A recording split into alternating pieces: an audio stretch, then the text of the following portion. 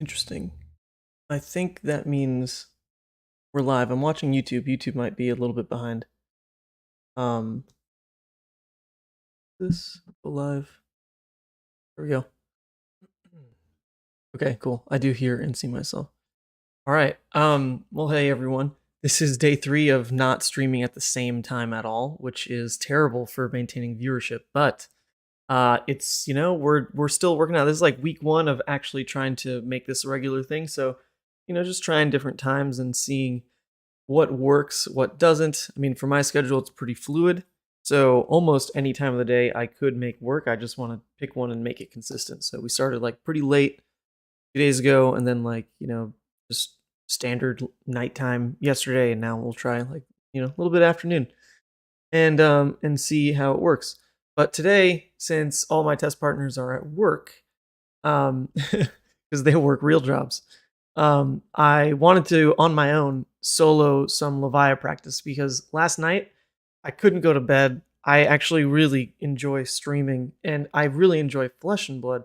So I was I was up pretty late and just jamming more and more games. And by and Viscera, I got boring. I'll tell you what. I mean, like, you've seen it now, 2 days in a row. This shit gets boring. So we played some Levia last night, and I was on like a massive hot streak. I won like 4 games in a row. And they were all against like very meta relevant decks. It was like Dromai, Oldhim, Bravo were the 4. So it was cool not to get like a horrible loss against Briar in there. But anyway, today just gonna try out a couple brewings I have on Levia. Did the game we played yesterday inspire you to revisit Levia? The game we played? Oh, are you the Dromai? I hope you're the Dromai. Those were some good games, my friend. I guess I won't wait for him to say something in chat. That's too much of a delay. But if that was you, those were some fantastic games. And yes, that was kind of the beginning of, like Levia really can look good, because I was thinking in our game yesterday, you as the Dromai, you were like, if it is you were like, oh, don't really play this matchup, don't seed a lot. And there I am, like all cocky, like, yeah, I never lose this matchup. Like, this is a free win, blah, blah, blah. And then we actually played the games out, and neither game felt very free. They were very back and forth. Levia had her pitfalls. I think I took Blood Debt in both games that we played. Yeah, you're the Dromai. Sweet. I took Blood Debt a little bit in both games we played. So they weren't like complete stomps. They felt very back and forth, but also as if Levia was playing as intended. And that is a great feeling to have when you play this hero, where you don't feel absolutely busted like you just high-rolled triple Blood Rush in a row and stole the game. And you don't feel like you're a clunky absolute failure of a hero that can't pull off a win. So those are really good games. So anyway, the build that I'm more interested in trying right now is, funny enough, built around Pummel. Because as I've been spamming Levia games, I've been trying what happens if you just run Shadow of Blasphemfet and Howl from Beyond in every matchup. If you just run it in every matchup, like, what does it do? And I mean, if you see this card turn 1, it's pretty good. It's pretty good. It's going to pull that Howl. It's going to fill your graveyard so you can play aggro. And then that singular Howl that you pull early game makes your Boneyard Marauders 2-card hands for 9, right? Because you get to pitch a blue, Howl, Boneyard. Becomes the same as an Endless Maw. So even against aggro, pulling out a Howl early is really, really tight. So with the Howl like main decked, right, that opens you up to a very interesting cost curve, where if you're not really playing to set up double Howl every game, but a singular Howl even into aggro, then you can look at turns where you have double blue and a 2-cost. And if you have double blue and a 2-cost, you can lead with a Howl, play your 2-cost, but then you have 2 floating. And what can you do with that 2 floating? And what's pretty disruptive this meta? A Pummel. So, I mean, that's like a straight 4-card hand, and it has to be exactly 2-cost attack, blue, Pummel. But, I mean, if you can weave those turns in, I mean, we're talking about like a Hungering coming in for 14 plus discard a card. That's pretty big. So we're just going to try to see if those turns can really come together and play some games with Levia. So also, like I said, it's not my test team, so we're just going to like join random games and see what happens. No, oh god, of course we get Viscerai. Game 1. Hi. The sad part about just jumping into these random lobbies is, well, it's not sad, but, I'm gonna be focused on managing the stream, but sometimes the people like to talk a lot if it's a random. Um, alright, you know what? We're gonna just try, like, the full aggression suite into Viscerai, because, if you play slower, the game just sucks. So, we could add the Deadwoods just because I do like hitting their Swarming Gloomvale, but we'll just stick to the curve that I wanted to try with. The Art of Wars are honestly more for Iyslander when you go Meat Axe. It's just an extra little way to gain go again. These you can just put in when you do want to play for Double Howl, then these are mostly for Fi. Oh, and he disconnected. That's the other thing. People don't want to play against Levia. Oh, they don't want to play against Levia. All right, see, because the tag is competitive CC, right? Then I joined Levia, and they're like, man. Oh, it's another Viscerai. If it's the same dude and he started a new lobby, that'd be pretty funny. Yeah, and we're just gonna keep this. Just gonna keep it as is. Viscerai is not gonna be the best showing for this deck, but we're just looking to get the game in. Oh, he disconnected. Okay, people. How are you supposed to give Levia the time of day? I'm trying here. I carved out time in my day to get some Levia games in. And people are just, yeah, they don't want to do it. Let's keep jumping in until it happens. Oh, okay. This will be an actual real game. I'm down for this. So I'm actually not running Scabskins or Gamblers right now because I'm only taking Scabskins specifically against Fi, just for the extra block. Because you don't really need, you don't gain the value of having Scabs Gamblers just with Prism in the game, so I don't really think you need them anymore, honestly. All right. Thing about playing into Rhinar is he normally intims, so you want to make sure you're large hands. Just say you are man sent, then they know it's competitive. Try replying when they say hi. I'm the one who has been saying hi. I'm the one who types hi. Oh, I'm also not logged in. Oh, because this is the new site. All right, I guess if I logged in, it might make him stay. So into, sorry, one sec thinking. Rare matchup. The one thing about playing into Rhinar is you do want your large hands to actually be quite live, which Pummel is good for, to be honest. Pummel's quite good for. But I do low-key want to cut some of the non-blocks for the extra blocking cards that we have here. Do I really cut a suite of blues though? It would be cut the blue Deadwoods. Oof. I honestly am just gonna see what happens if I do that. I'm interested. I don't really want the non-blocks against Rhinar. So we're gonna just try this. Cut a playset of blues, add a playset of yellows. And just see if that happens. And then we did win the die roll, so we'll go first. Ready. The fact that you can cycle them into the bench zone truly felt like how's Levi supposed to rotate things. Yeah, absolutely. Ooh, baby. Oh, we're back to the clunkiness that is Levia. Oh, you just love to see it. Now the real sad part about this is yeah, there's literally nothing playable. We can't even pummel a claw. We're gonna play to keep Sync in Arsenal first though, just in case he has the insane barraging start. So we're back, baby. It's the Levia hands. It's the Levia hands. Although, granted, this is a new level of clunk. Oh, it's still the Levia hands. Oh, God. Oh, it just doesn't stop, does it? Levia, you fickle beast. You put so many red cards in your deck. You put so many cards you enjoy seeing early game. And what do you draw? You draw the best late game piece in Doomsday. Martin says, "What are the odds there will be Shadow and Brute cards in Dynasty?" Well, the funny thing is, all I know about Dynasty.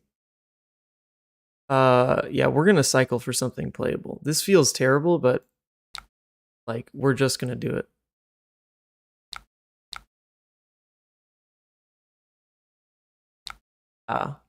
Oh, actually, I should have just chumped the Screamer as well. I'm out of practice. I absolutely should have just thrown the Screamer in there. Out of practice. All right, we have another fantastic Levia hand coming up. Look at this. 3-card hand, swing for 3. Ooh, wonderful. Wonderful, wonderful. Why do we have to play Sinks, by the way? Is it for real a must? No, the other reason I added Sinks right now is really just because like all the Guardians are running 6 Pummel. 6 Pummel's pretty scary. But Sinks are more flexible in that you can run them also into like the aggro matchups.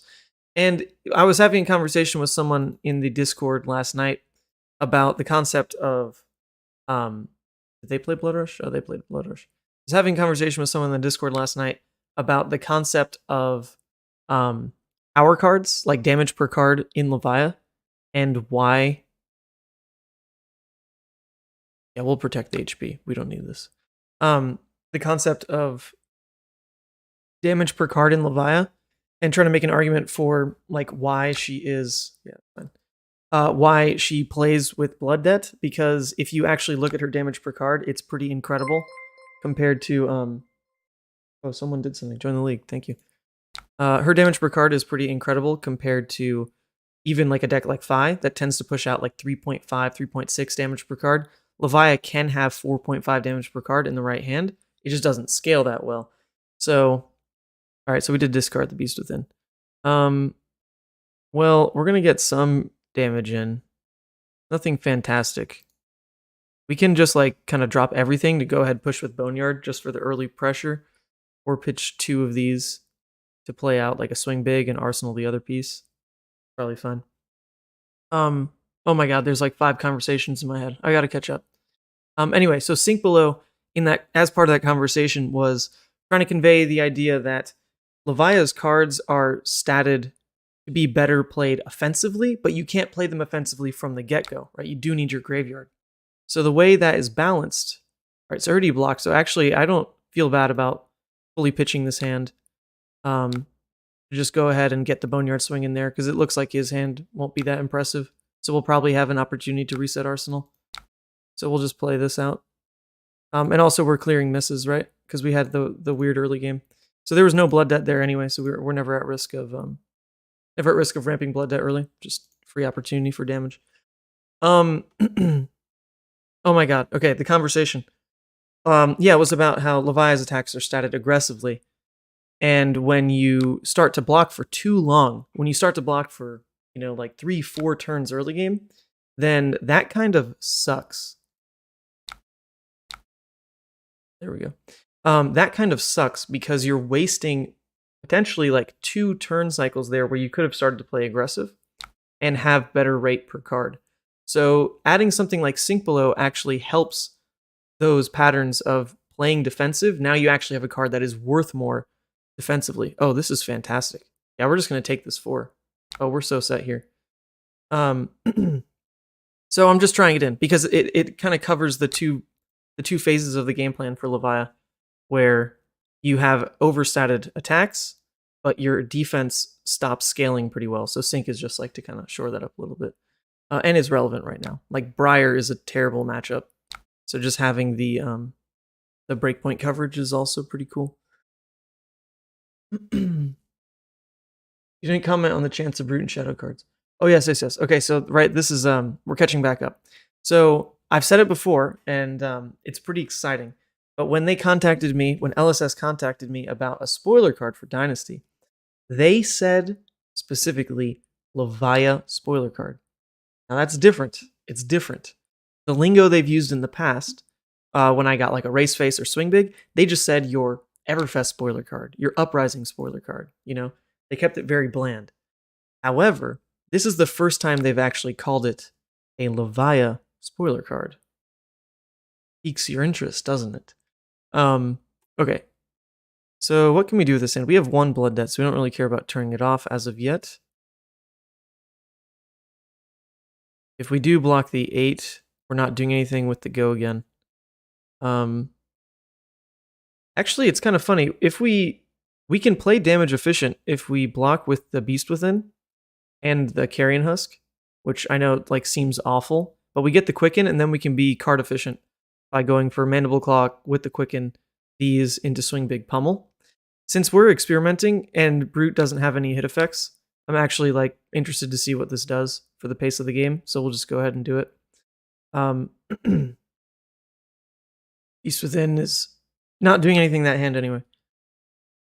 Okay. So then we can lead here, and we're on curve, which I enjoy. Yeah, so it's exciting, right? Because it really breaks the pattern that they've told me in the past, just spoiler card. And someone just mentioned it in the chat. Same deal. They told Az from Go Again Gaming, the Azalea player, that he was getting an Azalea card. Right? So now they've now said Levia card, Azalea card. That's deeply exciting. Like really exciting for me. So is it gonna be a Shadow Brute card? Is it gonna be a Shadow card? Is it just unfortunately gonna be a Brute or generic card? I don't know, but it is more interesting this go around for sure, because we're already seeing Dynasty kind of break the mold a little bit around dual classes and things like that. And it, at least like hero wise, it is confirmed to be a talent set because we now have a Draconic and Royal support. And so if they're releasing support for those talents, why wouldn't they release support for Shadow? That's my thought, at least. Imagine it being a new version of Levia, an actual Levia spoiler card. I mean, honestly, if that's what happens, I'm pretty okay with it. All right, if he has a sync here, this is unfortunate. If that's what happens, I'm pretty okay with it, because then the OG Levia will just kind of exist in the game, right? But then the potentially like broken Levia can just go ahead and phase out, and everyone will have their moment to enjoy the pleasantries of our queen, and then she'll just go, and we'll be back to the OG version. Okay, so check that out. So that pummel landed. We're going to take 2 blood debt, but we definitely took his entire turn there. And our graveyard's now set up in a very decent spot. Go this. And we took away his pummel. He was trying to arsenal that yellow pummel. Oh my god! People, what did I say about the cost curve?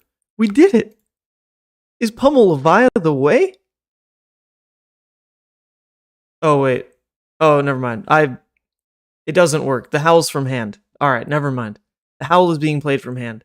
So it is no longer it's no longer a pummel turn. But it could have been a pummel turn. Could have been. If that howl was in the banish zone. Whatever. Oh, and cool, we hit the howl here. Nice. Alright, whatever. We didn't get to reset Arsenal where we wanted. Can you please try to evaluate pummel the same way you evaluate damage per card for Fi? How does pummel read only in damage, and is it different against heroes? So, pummel is actually not very effective at damage per card because of its cost curve being forcibly so awkward. Because pummel must be played on a 2 cost, right? And that means you'll never be able to pull off the the like efficient 3-card hand pummel play unless you have Tunic. And that's what the whole Club Levia build is based around. Because when you have Tunic, that damage per card is insane. Okay, so now we have the option. We can either protect 3 HP by just blocking with one of these, because it's not good for Arsenal. Because obviously we're playing the Dread Screamer Graveling. But if we do hold it for Arsenal, that is going to give us the ability to crown and cycle for a better piece. But I think we'll hold that crown usage instead of like kind of forcing it. And right here we can actually afford to throw in a miss, but there's no reason to. So we'll just go ahead and block with that, take a bit of damage. So pummel is like actually kind of hard to evaluate on the damage per card scale because it is not a singular card for damage. It's not even like 2 cards for 4 damage. It depends on what attack you played it on. So if you look at its best case scenario, where you play it off of a 2-cost, a blue, and a tunic. That 2-cost is probably 6 attack, which is standard. So it's probably 3 cards coming in for the 6, and then the 4 that the pummel's adding. So that is 10 damage off 3, which is not even great by like broken damage per card decks like Briar or Levia. That's only like, 3.3 damage per card. And you had to use Tunic to do it. So if you look at it that way, the value of a discard effect is being measured at effectively to make that like a busted play. I would guess that they're valuing the discard effect at like being around 4 damage additionally, because you're taking an entire card from your opponent as well. And a card played aggressively should normally be worth around like 3 to 4. So it's not the best statted card up front, which is why you can really suffer in your turn cycles if they just block it out with like a sink or something, because you played something inefficiently for them to not even get hit by the hit effect.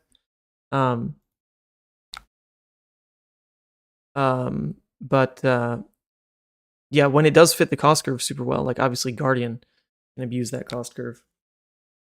Ooh, okay, we can get greedy with this. We can get really greedy. So we have the sink. This is the other beauty of sync and just like smoothing over inconsistencies. We can sync on one of these to try to hit a blue. If we hit a blue, amazing, we play Endless. If we hit a yellow, amazing, we play the Hungering. If we hit another red, then unfortunately we'll have to pitch both of these to play the Hungering. So that's just another little beauty of sync. We'll go ahead. Sync the Writhing. Oh, God. Not like this. Levia. You know how good a blue there would have been? Even a yellow? We'd have an arsenal here and just be set. Dang it. Oh well. What's the difference between a hooves build and a scabs build? Well, the main reason to run scab skins plus gambler's gloves was twofold, I should say. It was for 2 main reasons. Reason number 1 being, unfortunately, Prism was like such a part of the metagame that clearing auras had to become part of your central strategy against that deck, and the best way to do it was to roll scab skins, and that meant you had to also run gambler. So just Prism being around meant that that combo of cards had such a ceiling in that matchup that you had to run it, even if unfortunately you only rolled 1s into 1s for the entirety of the game, which is also something that could definitely happen. Okay, so now we actually drew, we're going to eat a lot of damage here, but we actually drew like the perfect kind of reset hand, because we're going to get an above right play in Unworldly, Swing Big, Dread for 12, and reset Endless Maw, which is like our strongest card, an absolute strongest card in Arsenal for when we're playing a deck that actually likes to trade. So this is nice. This is nice. We're finally in the safe spot. And also, if you notice where the graveyard is right now, there's just 1 in graveyard, but we have the Howl. This Howl's not in hand. The way they show it as being playable is that it's like on the side of your hand in purple. So this Howl can always hit us to 3 in graveyard if we're at 2. Like if he decides to full block this and tries to like outplay us by leaving 2 in graveyard, we can just cycle the Howl next hand and we'll be totally fine. The other thing we have when we take Hooves Goliath is the ability to pop Goliath and kind of, get the gas going. All right. Yep. So this is exactly it. So he's probably just going to arsenal that card, try to make us fumble into our blood debt a little bit, but we have Howl, and the loop is just going to be totally intact. So then what is the difference between... Oh, he's going to swing. Oh, buddy, I don't think this is good for you. All right, so now we're actually quite saved because our hand didn't have a lot of resources here, but we can go ahead and just block with the Unworldly and then still return with an Endless Maw, only leak 1 damage. So we're really just waiting for like another Blood Rush to really seal the game. The damage looks, a little interesting, as if I'm quite behind. Which, to be fair, like is one way to look at it. But also I have my full armor available to me, and we've only seen 1 Blood Rush And we do have the Howl set up, and we have Endless Maw in Arsenal. So, and we're swinging 9 on this turn, so it's not like anything's looking too shabby. The thing about closing against a Rhinar is that you do have to be worried about these scenarios where, like, he might just full keep, like, a barraging hand, and you just die. I did use Husk pretty greedy to try to get that pummel play off early, which, to be fair, was like a decent play at the time. I took his pummel from him, which was nice. But now we're at risk of the barraging actually messing us up. You ever block 2 that turn? We could have blocked to then just play out the Hungering. This is definitely like another possibility. Oh, and play the 2 cost following turn? Oh no, I wouldn't block for specifically more graveyard. Because like I said, we're at the point with our graveyard that we don't care that it's at 1. Oh, this is perfect. Yeah, we actually like really want to block with those cards. So we'll definitely do that. He intimidated double Boneyard, which is kind of funny. Because one Boneyard is just going to pay for the other. I hate a red for just a red. It'd be so good if we had a blue, then Howl just gets unlocked there. So there's a decision point actually where I crown here to cycle the Endless, try to hit a blue. If I hit a blue, then I can Howl a Boneyard, Arsenal the other Boneyard, which is better leading into a Blood Rush turn, which we do expect coming up pretty soon. But the problem with that play is we have 1 miss, 2 miss, and then we'd be sending another Howl in the graveyard as well. So that would put us at 3 misses. So we're not actually going to take that line, but it's something we could try. How Blood Debt heavy is this pummel list? It's honestly pretty standard Blood Debt stuff. Nothing. I haven't really messed with the ratios. It's very heavy Blood Debt. It's pretty much everything but like yellow Graveling Growl and Mark the Beast. All right, the other issue here, though, is it really, really does give him the space to just, like, barrage and kill me. We're short another... See, this is the problem. Okay, so people say that they don't like Art of War in Blood Debt Levia, right? But here's the problem. We played for that first Blood Rush, and now we're just kind of stalling a bit until we see the second one to really, like, force lethal on him. If we saw Art of Wars, it might have been a tiny bit clunkier on that hand, but it's going to draw us closer to the next one, which is going to draw us closer to the next one, and the next one, and the next one. And that's the value of, that's the true value of, well,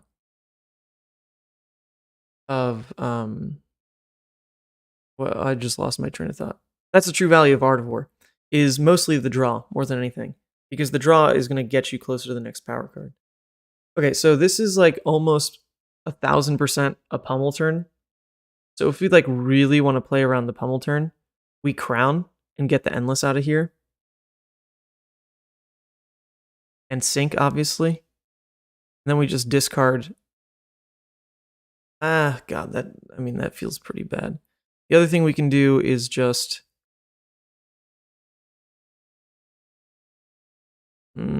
we can try to like overblock for the pummel, but... Yeah, we can go Dread Screamer this, block 6. Even if he red pummels, we sink. And then our turn is still Endless Maw, Arsenal Blood Rush.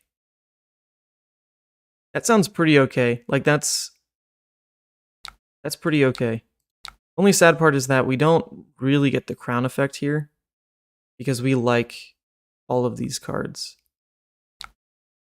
Yeah. It hurts to lose that value. Okay, so yeah, he pummels. We sink. We're also not getting the sink value either. But it's fine. That's why Endless Maw is so good, because... Okay, oh, and with Eye of Ophidia, we're going to get to craft this a little bit. So, leading into Blood Rush, the worst thing ever is if we draw all reds. So, we don't want this card, we can bottom it. Leaving the yellow on the top does let us know that we'll at least have a bit of a resource card in our hand, and a 6. So we're going to leave the yellow Hungering. We come in for 9. So that was actually like a huge, huge turn for us, and that's this is the value of Endless Maw and Arsenal, because we actually blocked a lot. Like for a Blood Debt build, we actually just blocked a lot right there. But our ability to even kind of blow out all the cards he committed, right? Because actually, we just talked about this, right? We just talked about this. The damage per card of Pummel is not great. All of it is pushed into the hit effect. And since he wasn't using Pummel off Tunic, he quite literally sank 4 cards. 4 cards to try to deal 9 damage and push the Pummel effect over. And all we sacked were 2 equipment pieces and 2 cards to deny his 4-card play. That's pretty big. That's pretty big for us. It's also great to see that he's blocking out here, because we'll get to Arsenal the Blood Rush pretty freely into a weak turn on him. So one of the ways you can track when Levia is really winning a game, because other heroes it scales a bit differently, but one of the ways you can tell Levia is going to destroy a game is when you pass turn cycles like this, where he passed his turn, losing the turn cycle. And we threw our hand, and there's no way he's going to win this turn cycle either. So we just won 2 turn cycles back to back. And it feels amazing. And a lot of that is bought by like the value of Husk as well. And I mean, this is just going to be an insane turn. So we always take the 4 here. We're going to definitely push lethal. 1000%. I mean, it might even be like a double Blood Rush play. Oh yeah, we do play another Blood Rush. Oh, come on. Not a single resource card? Why are you doing me like this? Why are you doing me like this, deck? Okay, so we can be really dumb. Oh, well, actually, it's not really dumb. We can still just play this. We can just play this like we want. There are 3 misses in the yard, though, but I think we can still overcome.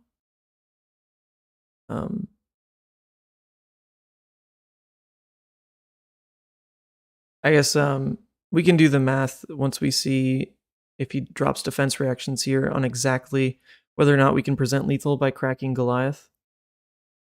Okay, so he's going to block the full 7.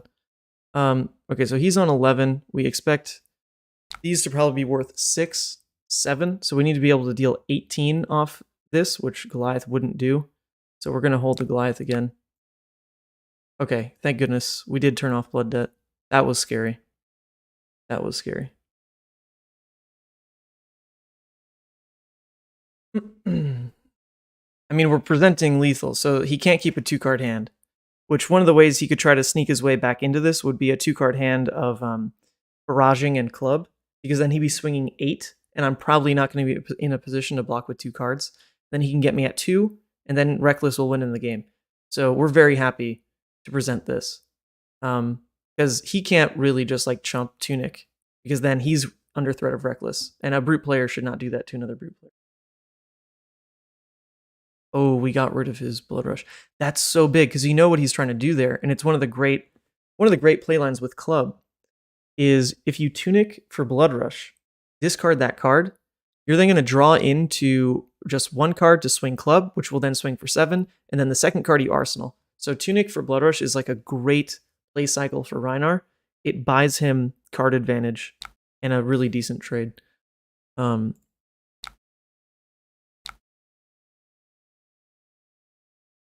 Oh, no way. We're second cycle? Oh. Well, that's new. I really didn't expect that. Interesting. Wow, so this is the first turn of second cycle. This has been a bit of a long game.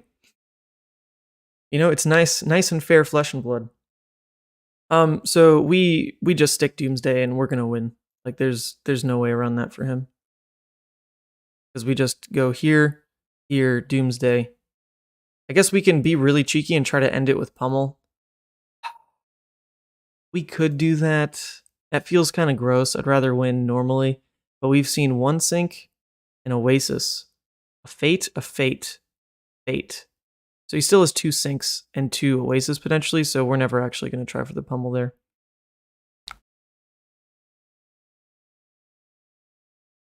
Yeah, we'll take 4.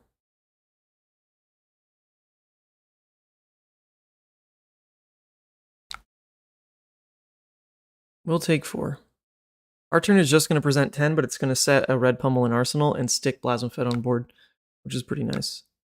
So we actually want to preemptively summon Blasmafet because we want increased odds of hitting the miss because we won't have we won't have 3 misses in graveyard. It's going to give him some upfront information. But we prefer to play it this way because if we Dread Screamer and then leave the Blood Rush and then cast Doomsday and then this Dread Screamer goes to graveyard, that's 3 misses now in graveyard. So we want to maximize our chances. Nice. So this is exactly why I did that, because now we did banish the Doomsday. So we're not under threat of just having the worst graveyard ever by having 3 misses, because now Dread's going to go here. Yeah, so we did that correctly. I wonder if we'll actually pull off the Howl Pummel curve next hand. We'll see. The other beauty about Hooves, when you have Blasmafet out and you play him on a go again turn like this, is if your opponent doesn't keep cards to kill Blasmafet, you're guaranteed 6 damage. Because Scabs is always like a gamble when you have Blasmo out, like maybe you deal 6 damage. But in a turn cycle like this, we played this dude and he's basically dealing 12 damage. Because we know that he'll swing next turn as well. And at that point, like, your opponent is in dire straits. Like, they need to kill him or you've probably won anyway. What kind of card effect are you hoping to see in the Levia spoiler? Can a single card fix her? Actually, oh, see, look, he had the sync, so it's a good thing we didn't pummel. Yes. So I'll show it, actually, at the end of this game. So stay tuned, because it's pretty exciting. But I was talking with Pheno Black, who's he's a renowned Prism player. He made top 8 of the Pro Tour. Really good friend of mine. And he said that coming from his Magic background, he absolutely loves Levia, because it's very similar to some deck in Magic, like some black deck in Magic that used its life as a resource. And I don't know much about Magic, but I know the card Thoughtseize, where like you spend your own life or something to neg their hand. And that's like a very shadowy, dark mechanic, right? And we've already seen like messing with your opponent's hand kind of as a brute mechanic, because there's Intimidate, and then also, you know, there's more aggressive ways that Shadow has done that in like Invert Existence. So in that vein, I designed this card that I think would really fix all of Levia's holes, where really it just comes down to fixing the cost curve of her blues plus her 2 costs, because she needs to run blues for the rest of her deck to function. But then the problem becomes the 2 costs on a 2-card hand with a blue don't hit at the rate they're supposed to. So by adding a 1-cost non-attack that's playable from the Banish Zone, you would start to smooth over all those play lines. And the card effect ended up being a little interesting. Oh, he killed Blasmafet. I was wondering why it didn't let me block. Oh, we're totally fine here.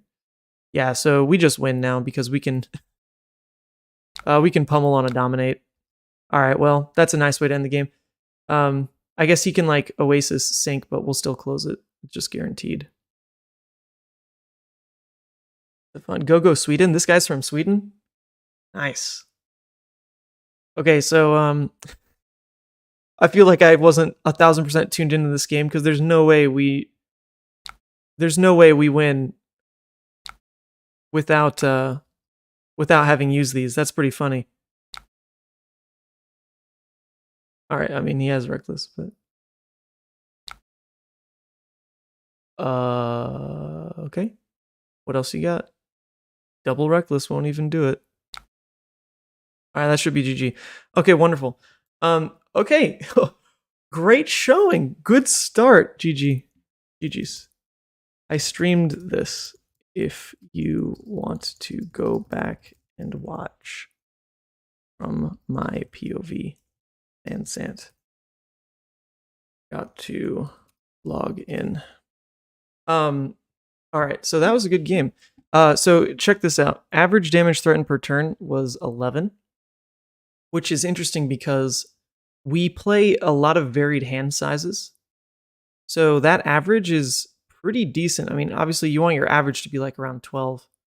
But you know, we played some lower hand sizes like, you know, Endless Maw, 2 for 9. The fact that like a 2-card hand for 9. Okay. The fact that like a 2-card hand for 9 probably dragged us down a little bit, even though that's a really good rate. It's kind of funny to look at. But anyway, that was a good game.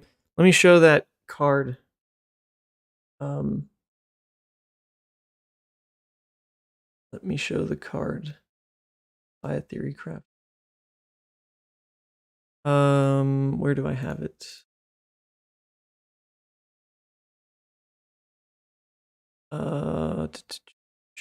Where did I make it? That's a good question.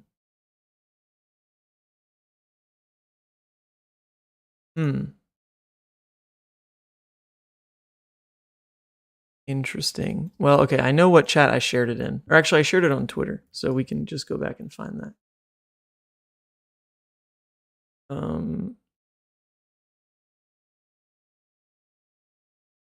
Yes. Okay, so this was the proposed card that Fino and I tried to brainstorm.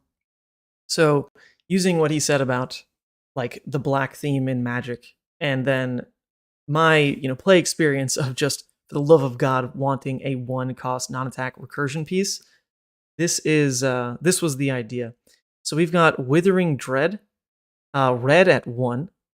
You may play Withering Dread from your Banish Zone, so recursion piece, right? No condition, just like Howl from Beyond. Target opposing hero banishes a card from their hand. Return 1 target card from a graveyard to the controlling hero's hand. Go again, Blood Debt. Obviously, this would be like a Majestic or something because you can't really scale this ability. But the idea here is that in the same vein of what Levia can do against setting up this inevitable damage with her Howl from Beyond loop against like a control deck. Oh, thank you, Stefan. Oh, I think that was the guy I just played. In the same vein of Levia being able to set up like a untouchable recursion engine with Howl from Beyond into slow decks like Oldhim, and just having unlimited damage with her blues, this gives you another strange vector to attack this kind of like impending doom of setting up your Banish Zone, where in theory you could set up multiple of these to play one out, make your opponent banish a card from their hand, and then go ahead, give them a blue. And then do it again. They banish a card, give them a blue. They banish a card, give them a blue.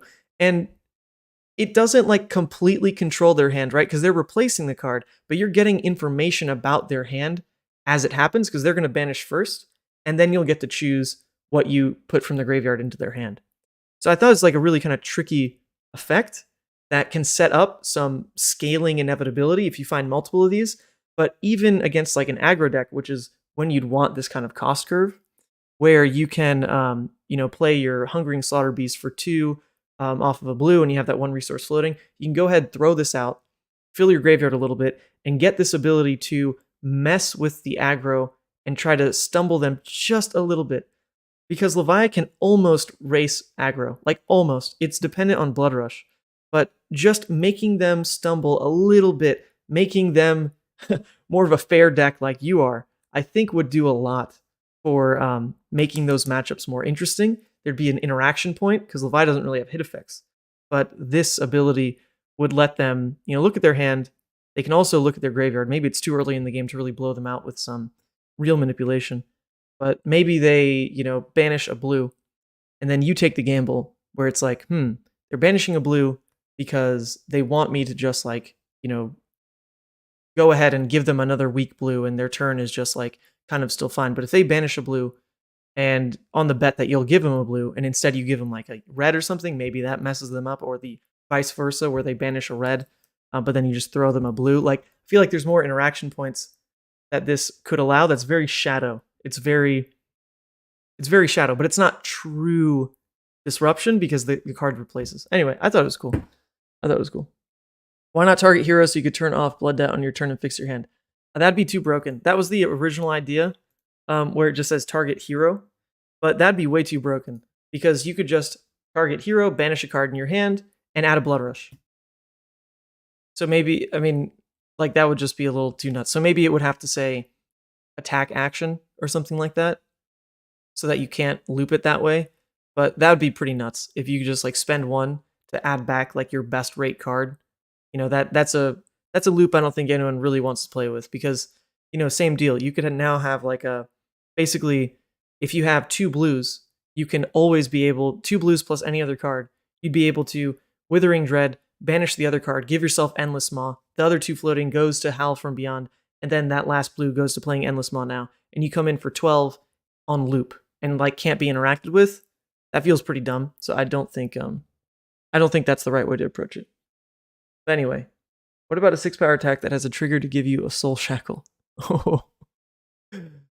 Whoa. That's interesting. Wow, that's interesting. Oh, wait, he deleted the message. I don't know why. I thought that's kind of funny. The Soul Shackle isn't like necessarily a chain mechanic. I think if we look at what is it? Worlds Flesh and Blood promo. Does that new card they spoiled? The Yorick card, what is it called? Tales of Adventure? I think it was called Tales of Adventure. Tales of Adventure. I think this card mentions Soul Shackles, doesn't it? Let's see. Oh my god, what did I even click? Alright, well, I can't find a bigger version of it. Tales of Adventure.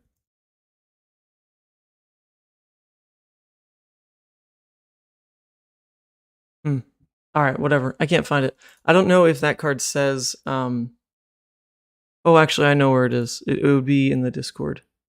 Let me read it. You won't be able to see it, but outside of server news. Alright, Tales of Adventure. It does say Soul Shackle. Yeah, so that new promo from Worlds does say Soul Shackle. Here we go. So, in theory, Soul Shackles are now something that aren't necessarily tied to chain. There is now precedent for other heroes being able to create it. So that could be kind of funny. Soul Shackle becoming like a bit of a Levia mechanic. I think it'd be, even if you had one Soul Shackle in play, that's like pretty busted for Levia. Just because you now potentially can just full block out and still turn off Blood Debt. And that'd feel nice. Okay, anyway. Back to the games. Alright, so that was the win in the books. Let me go ahead and log in. Does it show my password? No. I don't remember my password.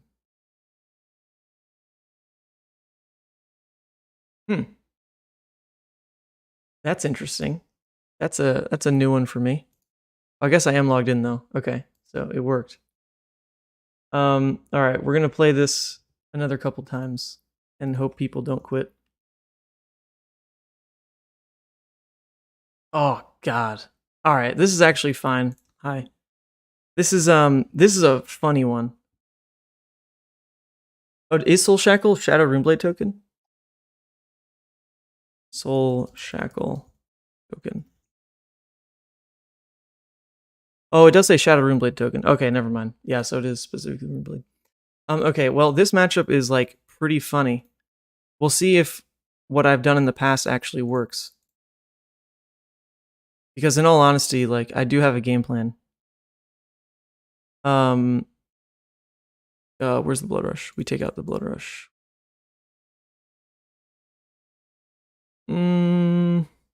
So really, it's all about... All good. Ice can be confusing, though, with priority. So this matchup is all about giving them less windows. So honestly, Unworldly probably is not worth it then. Hummel is actually going to be quite good into Iyslander. That's funny. Hummel should be quite good. All right, we'll try it. Ready?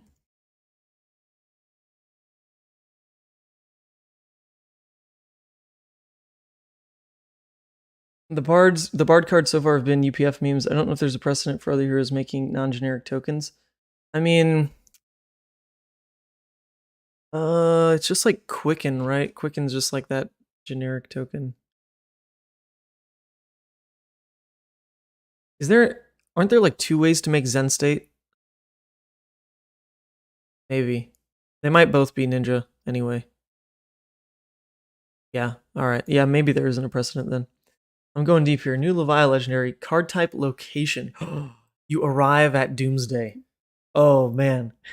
You arrive at the Eldritch a world known as Doomsday. Blasmafet. Like every... Oh god, what would be the language similar to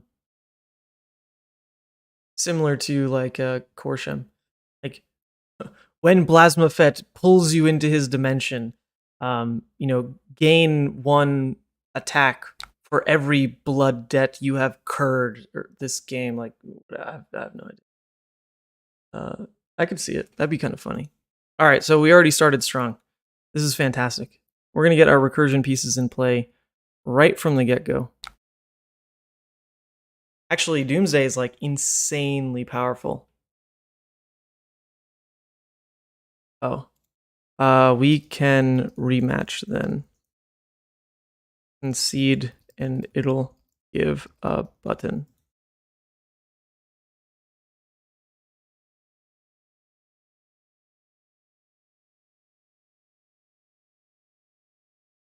Oh, huh.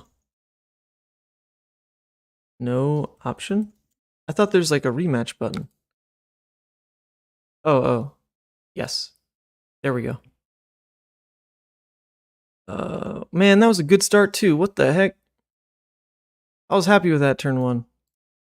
We take these out, we take these out. Take these out, put these in. And we're good. Oh, okay, wait, look, the chat log says I discarded Art of War with Shadow Blast, but anyway. Come on, man, I had 2 hits in hand. That's ridiculous. Oh well. I just played a Levia versus Iyslander matchup on here a couple minutes ago. Nice. It is an interesting one. I have yet to lose it, actually. But I'm sure that's just because the Icelanders don't know the matchup. I feel like once the Iyslander knows the matchup, the game becomes infinitely harder. Because they already have so much more control over the windows of the game and moments of disruption than you. Levia is kind of like an honest hero, doesn't really have much interaction she can layer on top of what the Icelander's doing. Ready, here we go. Player 2 will go first. Okay, well, I feel like we just arsenal this then. There's no reason to fill the graveyard. Like, you're not actually on a race to fill the graveyard, and the Art of War is pretty darn valuable, so we're just gonna arsenal it. Alright, this is fine. So we have a 2-card hand for 8, and a little bit of graveyard fill, which is nice, and we can pitch into AB3.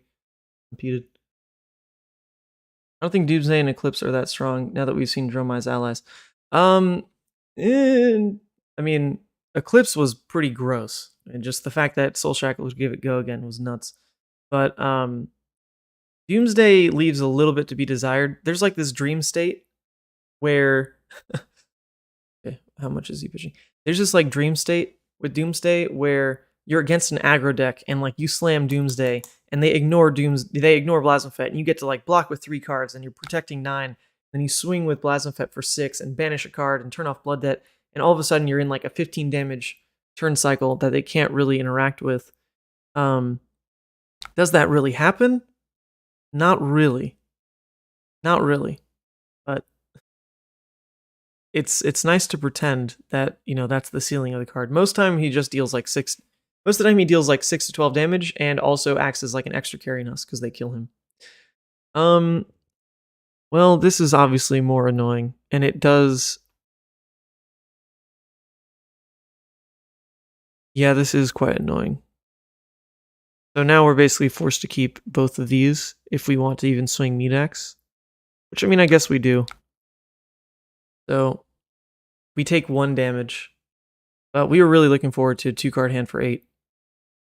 And now we have a 2-card hand for 5, which is definitely less impressive. Definitely.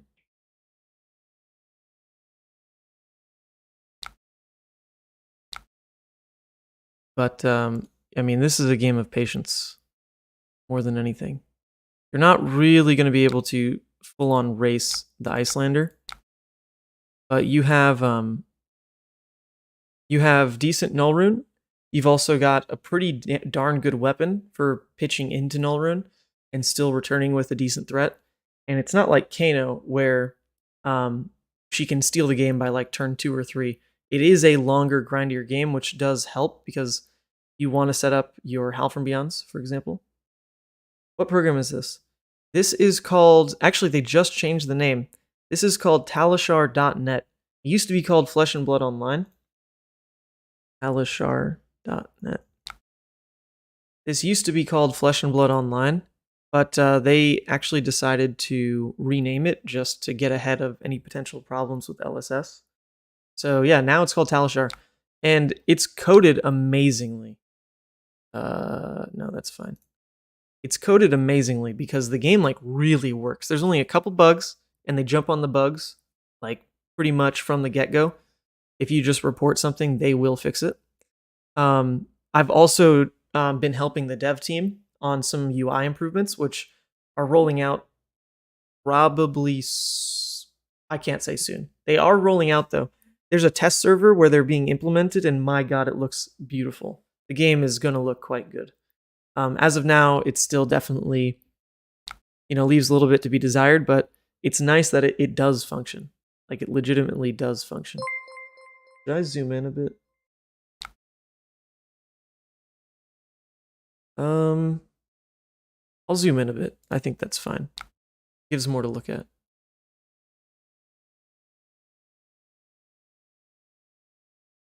The difference is calling something Flesh and Blood Online is like literally their trademark name. Like that is like LSS owns Flesh and Blood. So to call it Flesh and Blood Online, probably could run into, issues down the line if LSS decides to care. As far as I know now, they don't really care.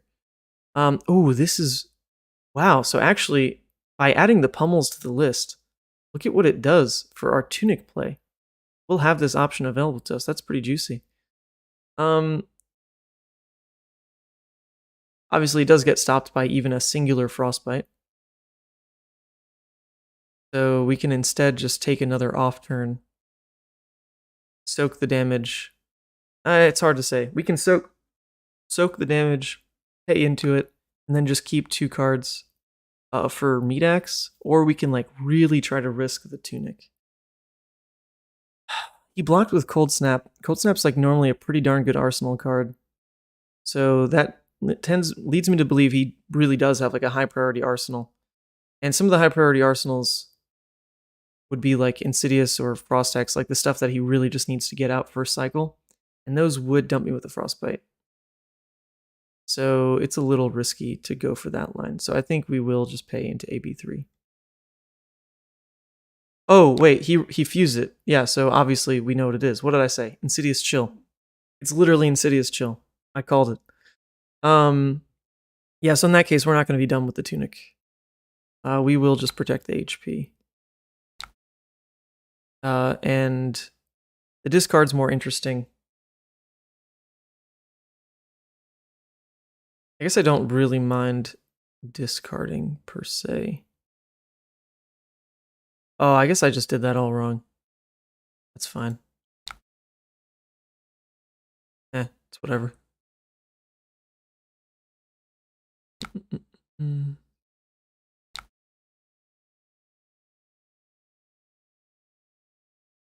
Yeah, I mean, we're really, the unfortunate part there is we don't have Blood Date yet, so that was like one of the few opportunities where we really could have used the tunic for Swing Big Pummel. But he'll just respond, give us 1 Frostbite, and shut us down. So then that means to really pull it off, we'd have to not pitch into the Arcane, discard a card, and then keep that hand to swing in. And that means we take an extra 3 damage. Was that worth it in that case? 3 damage. Play through for 12 hit effect. Oh man, I think it was worth it. I think it was worth it. So, probably, bit of a mistake there. bit of a mistake. But at least with this being an Insidious chill, it's not like we're getting punished for just leaving the Frostbite until end of turn. There's no Frost X to take that damage from. All right, come on, hit a 5, hit a 5. Get +2, come on. Come on, weapon. I want good value.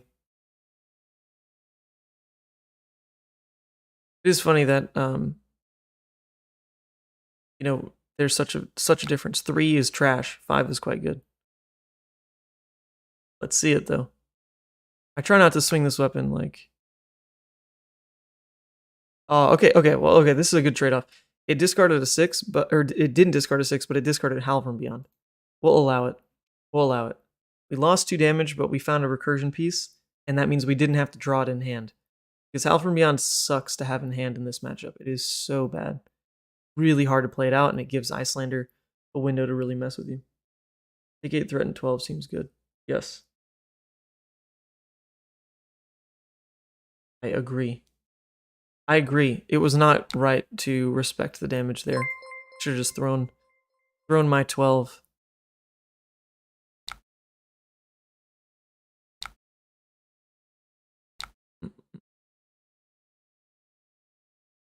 Ah. Oh man, why can't I pummel Boneyard? Why isn't that allowed? That'd be so nice.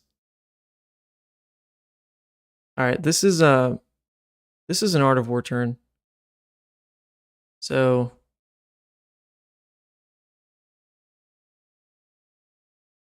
yeah, it's an Art of War turn because we can banish this without turning off Blood Debt. Or without you know, starting to add Blood Debt. So we'll just go ahead and get it out. Try to swing in a oops, not this one. Not this one. Try to go ahead and swing Boneyard into Ravenous would be nice.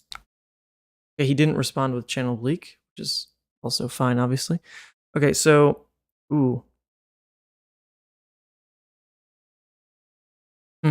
We actually could pummel this turn. However, I did choose Go again, so I'm more inclined to just go ahead and slam Meat Axe. Yeah. I think we can just play it that way. Yeah, or we can just slam this, pitch the pummel, Meat Axe. Might discard the Boneyard, but you know, that's fine if it ends up giving +2. And we'll get that recursion piece in play, and also fill the graveyard an extra 2. That seems fine.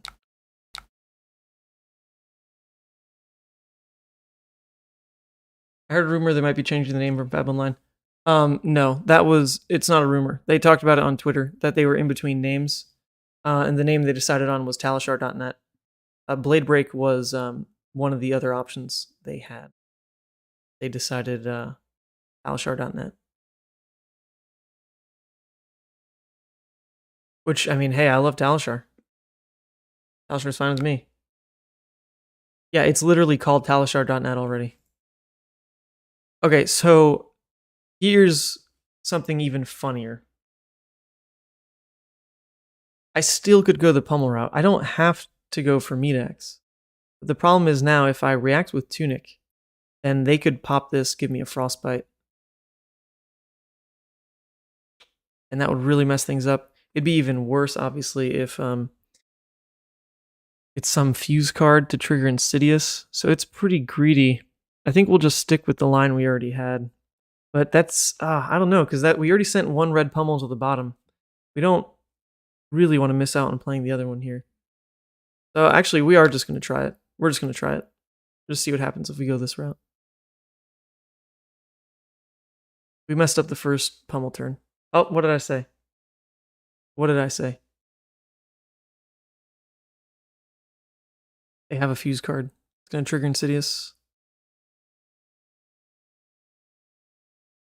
So I guess we were never really going to get the second swing off regardless.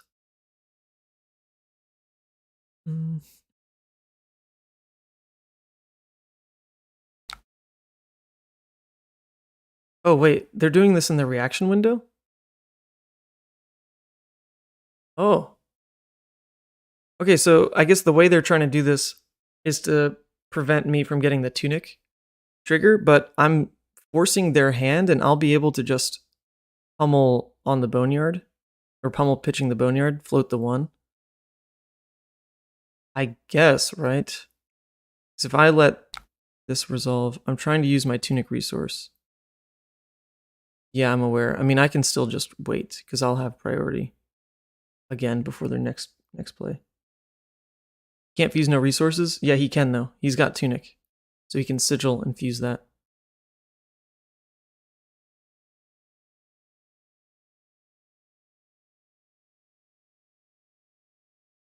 Let's see.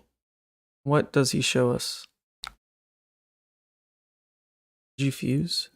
Did you fuse?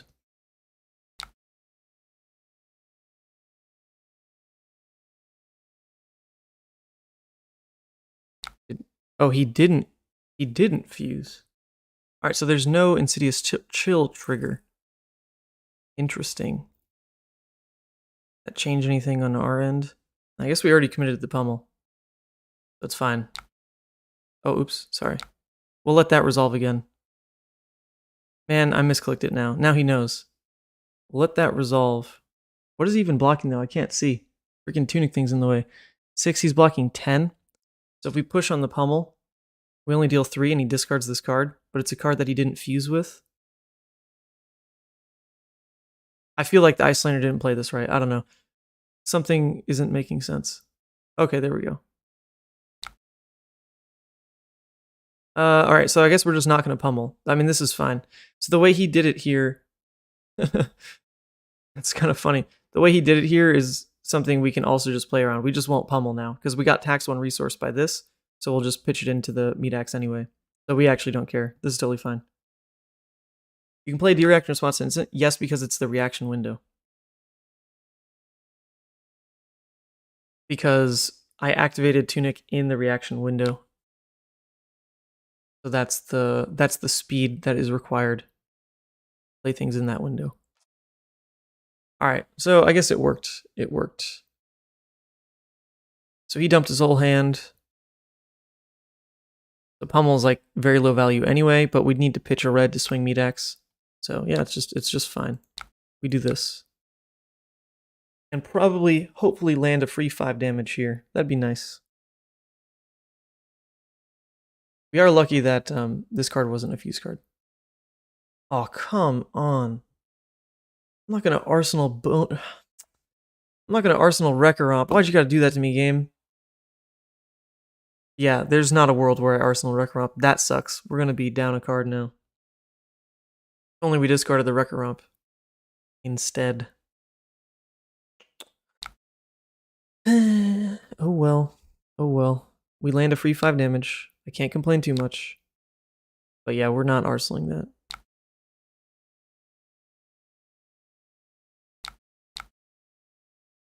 Yeah. I could get greedy. I could get greedy. No. God. All right, so this is kind of cool because we're free now to play the Howl.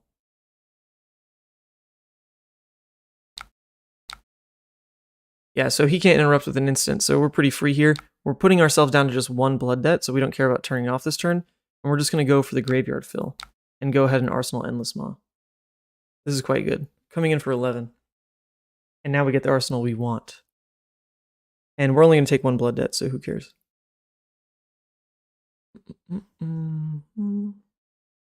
Levia's back, baby. Wow, I will say the viewership when I play Levia is quite a bit nicer. I mean, not complaining. You guys are great to tune in regardless.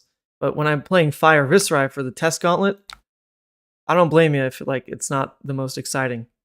I mean, it's fun for me to jump in the shoes of a different deck and try to play it well. But there's something about playing Levia that just turns my mind on fire. There's just so much more to think about. The hero is deeply, deeply complex in ways that go very unappreciated. Oh, we love this. Oh, we love this so much. Wow. Maybe pummel is the freaking way. Who knew?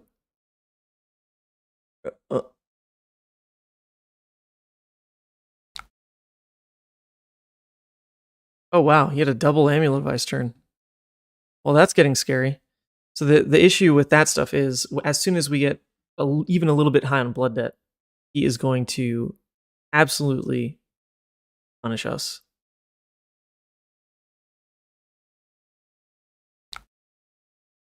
Okay, so he's gonna play Cornet. I guess I should have expected that. I was kind of hoping he would just Moon. But yeah, Cornet makes sense. So him on the using the Cornet here. I think I'd rather put the Pummel in Arsenal. I don't know. We can get really greedy with it, where we just discard the Slaughter Beast, and then hope to just play out Endless Maw into Pummel, even through one Frostbite. I think we'll try to go for that play, just because it's more interesting. No, we can go ahead and discard this. Fill my graveyard a little bit. Ethan, what adjustments have you made for the Iyslander matchup specifically? I go into this matchup pre-tilted every time. Oh, I don't get tilted. I think his matchup's fine. You just have to play it very tight. You know, we can already see this game's been a weird one. So I would go back and try to listen to some of the decisions I'm making. I definitely misplayed an entire turn cycle where I could have taken 3 damage to present an extra 8. That was wrong. But otherwise, you know, thought processes have been solid, I think. Oh, nice. And we hit the Howl here. All right, so we're hoping that we just get 1 Frostbite. Just 1 Frostbite. And we can dump this for quite a big swing this turn, because the life totals are already such where we feel good. Now, the problem with what just happened is our blood debt went to 4. Because, like, the only miss really was the swing big there. So, you know, that's a little concerning, not gonna lie. A little concerning. But what adjustments have I made specifically? Well, we're trying a Pummel Blood Debt Levia. And last game we played against a Rhinar, and the deck ran smooth as butter. Now we're playing against an Iyslander, and funny enough, like, I think the Pummels are kind of nuts. They really help, you know, lower the amount of windows that Iyslander gets to respond to. Okay, obviously this is worst case. Wonderful. This is worst case. Because now we can't pay for... Yep, this is going to tax us 2. So now we can't pay for the Pummel. Wonderful. Wonderful, wonderful. If we had Tunic up, we could respond on top of it and we'd be fine. So that does suck, but it's still 9 damage. And that means we'll just sit the Pummel in Arsenal for next turn and hold on to a blue, which is not the worst. Is not the worst. It is interesting watching you play non-Levia heroes just because I enjoy watching you find the lines in your opinion on good plays and pick decks and the mindset. Yeah, I think what's different between me and your average Flesh and Blood player is I have to really respect... All right, let me just double check. This does cost 4, right? 1, 2, yes, so I can't play it. As a Levia, you have to deeply respect everything your opponent can do, because they most likely have more interaction points than you do. And so you need to be in control of what they're doing on top of playing your deck optimally, because you won't just get a win by slamming Levia hands. That's just, it's not good enough. So I feel like, having played a year now of strictly Levia, and then that one tournament on Starvo, I have a very... I don't know if it's like truly deep. I think it's relatively deep. Understanding of most other heroes in the game, just because you have to as a Levia player. You have to. And some other players, it's still crazy to me when they sit down across a Levia, they just don't know what's going on. They don't know what she does. They don't really care. And that is like deeply insulting, not gonna lie, because I put a lot of time into learning every other hero. Choose if you want to pay 2.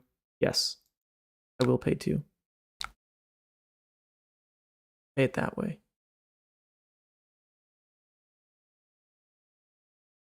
Yeah, it's a little, you know, insulting, because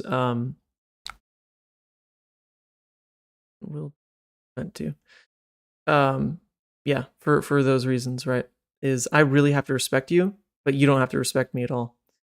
And that is a little frustrating with Levia. It's one of the reasons to kind of shelve her for this next chapter of play. Just because she really does have that problem. Like, as she currently stands, it just is a problem that your opponent can just disrespect you and still win because you can just lose to yourself. That is the most abysmal part of playing Levia. It is absolutely infuriating. So we are trying to take a break from those type of scenarios and play other heroes. And I'm not saying Phi's like the most interesting hero. He definitely isn't. But it is fun to, jump in the seat of a drastically different hero that's also not that difficult. So I can focus more on kind of getting used to just what a different POV into every matchup is like, rather than like really focusing on mastering Phi. I don't think the ceilings are exactly there. But okay. Well, this is actually totally fine. We like this. The amount of games where I flip Levia and my opponent says they don't have a plan for her, and then just side like they would for Rhinar, God, that is so true. So actually, they didn't miss 5 damage; they missed 1 damage. But I did notice that as well. The layer should have been where the sigil resolves first and then Waning Moon, but I left 2 floating because you can just choose when they trigger these. If you have nothing in hand, you can just choose discard, and then you don't discard anything. That's why I pitched to have 2 floating, so that when they mooned me, I'd be able to soak 2, so I'd only end up with 1 frostbite, and then that frostbite would deal an extra 1. So they missed 1 damage because I was thinking about them making the optimal play. They didn't, but I was thinking about it. All right, so channel's gonna stick, which means we can actually get a pretty decent turn in of just Screamer into Meat Axe. Because you want to pay 1. No. So we can just go ahead and get rid of the Writhing Beastalk and just play through Screamer into Meat Axe, even through channel, because we know that they'll be out of Arsenal.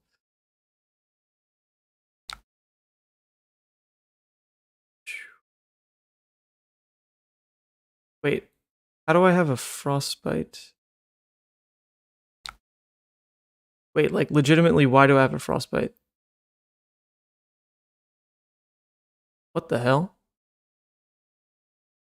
Am I... Why do I have a Frostbite? That messes everything up.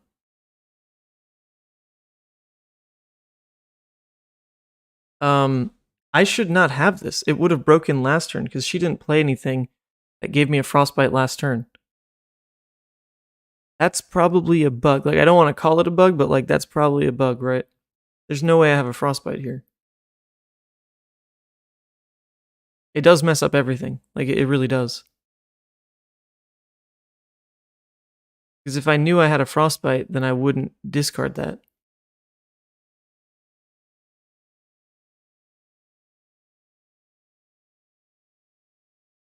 Insidious Chill? That's not what gives a Frostbite. Sigil of Permafrost?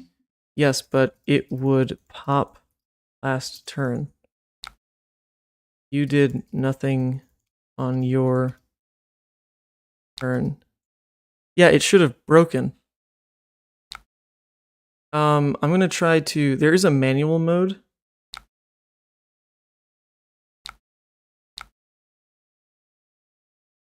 Uh-oh. Sorry. Do you mind if I add a resource in manual mode to break Frost? I really shouldn't have one. I took 1 damage last turn 2 from it breaking. Okay, so I can add a card to hand.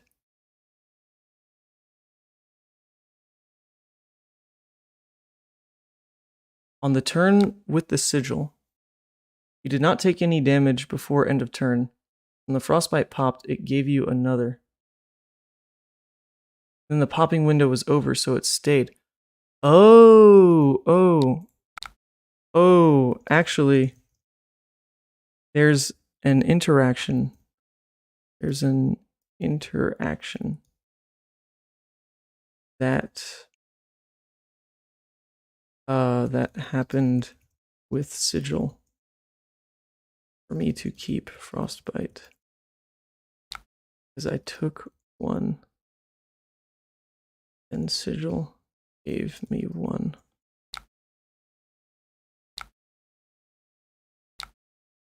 Okay. Alright, I get it. Man, that is wildly unfortunate, though. Very, very unfortunate. Very annoying as well, not gonna lie.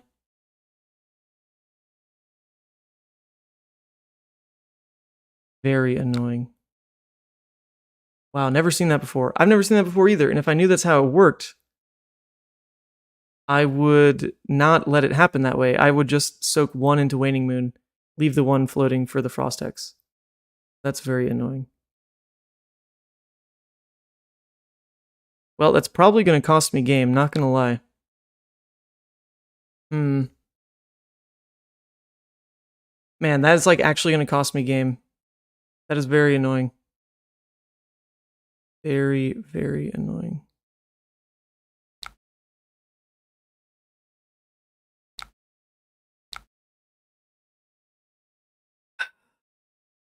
Man. Alright, well, the game's probably over now, so that was exciting. New interaction, and I'm going to lose to it. That's fine. That is fine. Yeah, because literally I just didn't have to let it happen that way. Because I had the extra resource that I could have used on the Frost Hex. I just used it on Moon instead. Alright, well, this one's going to be a loss.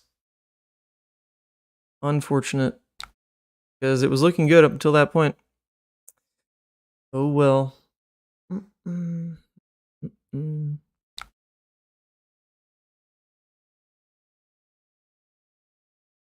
Isenhal, Weathervane. Yum.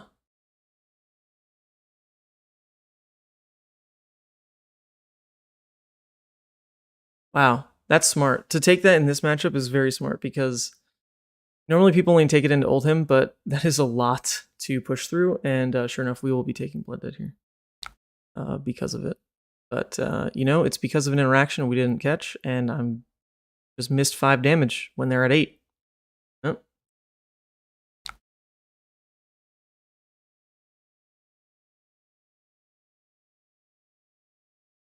No, we can go ahead and discard this. The discard's all fine. We're at least, like, fine with how that's working out.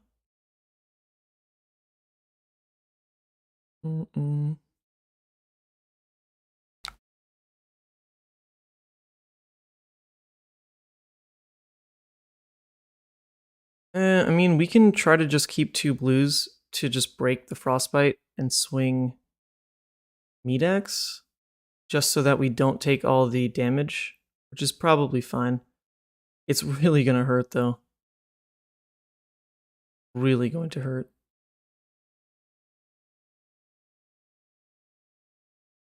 Yeah, I mean, this game's already a little wasted, so we'll just take the greedy lines now.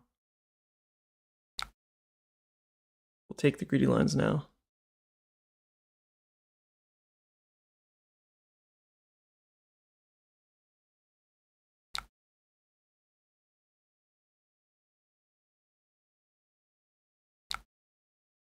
Alright, well, greedy line, never worth it. Look at this.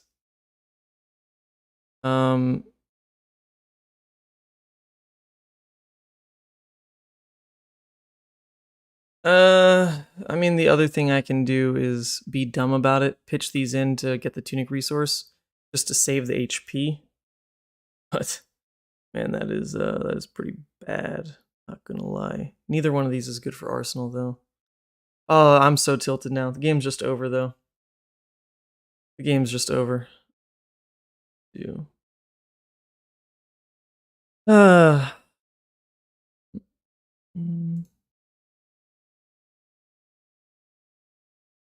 Alright. We're going to, sorry, can you undo? I wanna respond. Do amulet.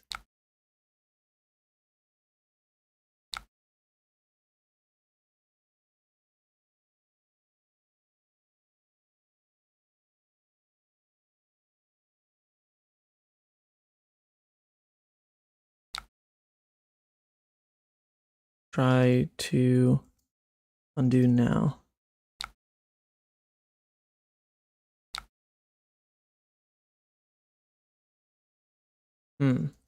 Okay. Let's just go from start of turn. I'll do it all the same. Seems like it won't rewind.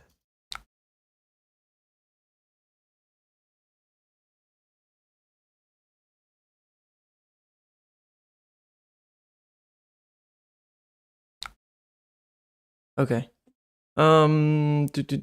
Sorry, you can't see the chat, but we're just gonna wind it back for a second. You can only undo back to the start of this turn. We can't undo these pop-ups. Oh no, it's very over though. We're about to take 7 blood debt, and we missed our. It's very hard to catch Iyslander in those windows without Arsenal, and we did it because we played the entire early game correctly. But then all of a sudden, the sky came falling down because of one interaction that just didn't need to happen, where I literally had the floating resource and could have prevented it. But just didn't know it worked that way. So yeah, no, it is quite over. I would. We're just missing. We just missed 5 damage, and now Iyslander gets this entire turn because we had no pressure last turn. So,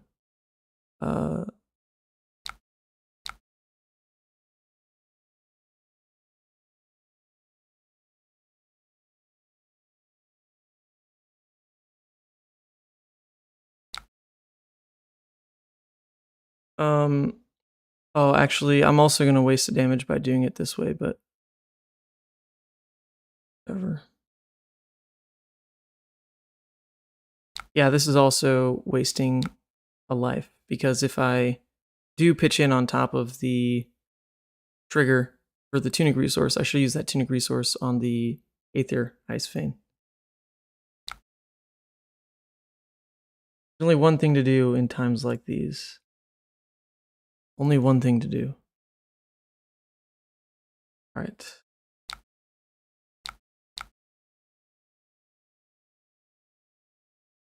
I was gonna save some HP, but it's not good. I still wasted an HP. I just can't believe this game.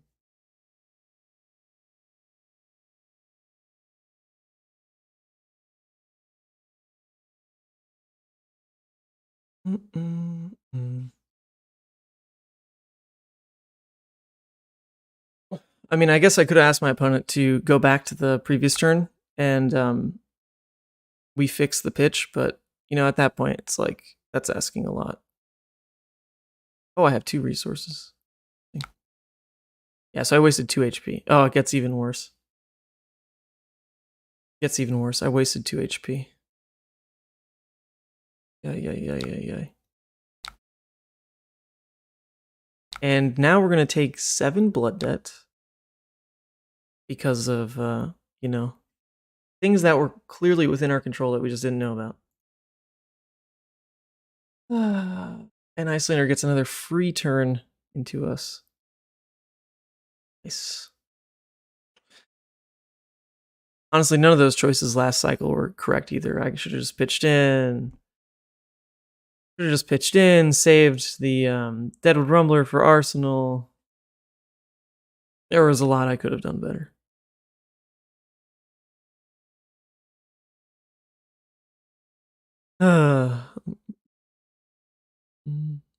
Alright, come on, dude. I've got no cards. Choose your pitch. Smack me with Moon. Deal me 10 damage. 7 of it self-inflicted. Let's go.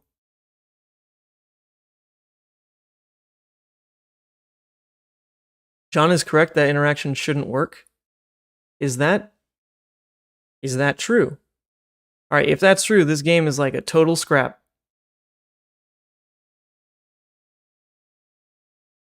I didn't even think about that interaction being how it works. I mean, we can like read the cards here. The next time you deal arcane damage to a hero, look at this. Create that many frostbites. Frostbites you control. Okay, actually, look. Here's the interaction right here. Frostbites you control at the beginning of your end phase say this deals 1 arcane damage to you. So you control Frostex, right? So you are dealing the arcane damage to yourself, not the Iyslander. So Sigil just should not work that way. Sigil cares about the Iyslander dealing damage, but Frostex says the frostbites you control deal you damage. So that's just not correct. And we actually have one of the devs in the chat here, Jotrick, as well. So I would hope I can file like an official bug report, but I like that just should not work that way. I'm pretty damn sure, but like yeah, that's just not. Ugh, this is annoying. How do I go back? We can go back to start of turn. Yeah. Also, turns out that frostbite interaction is a bug. Sigil says damage you deal. Frost Hex is me dealing damage to myself. So this game is kind of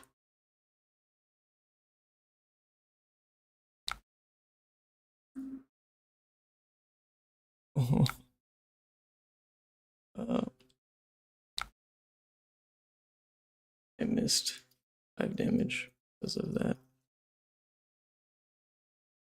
Oh, God, get me out of this game.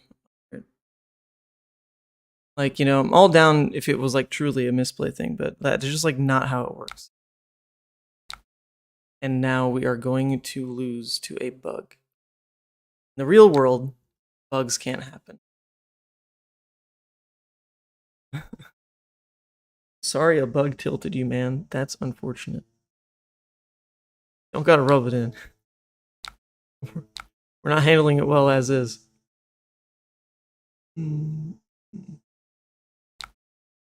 Alright, if we somehow still come back, that'd be a freaking miracle, but, you know, he got the freedom to just drop an extra Insidious, and like I said, we missed 5 damage, so... we can just pretend, we can pretend. Sand is at least blue heavy.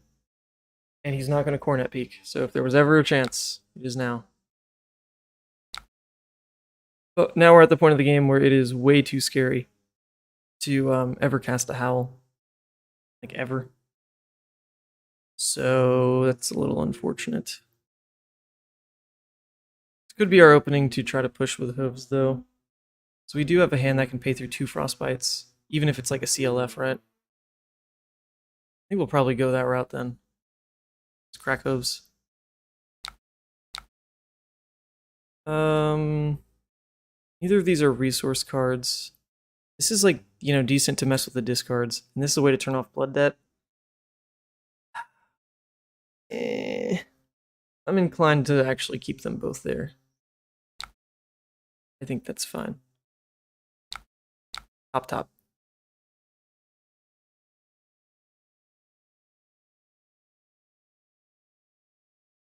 Bugs can't happen in flesh and blood. Ha ha ha. Oops, wait. Undo. It didn't give me the trigger window. Sorry. Top. And yeah, I guess we are triggering hooves. We're just doing it.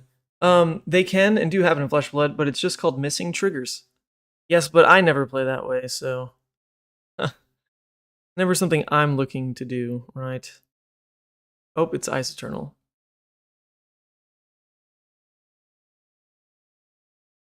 Well, you know, that's the one card, right? That's the one card.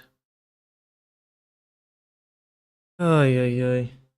Literally CLF, the 2 Frostbite, 1 Winter's Bite. We were fine. We were prepared for all of that. The one that blows it up is Ice Eternal because it's going to trigger the Insidious. Boy.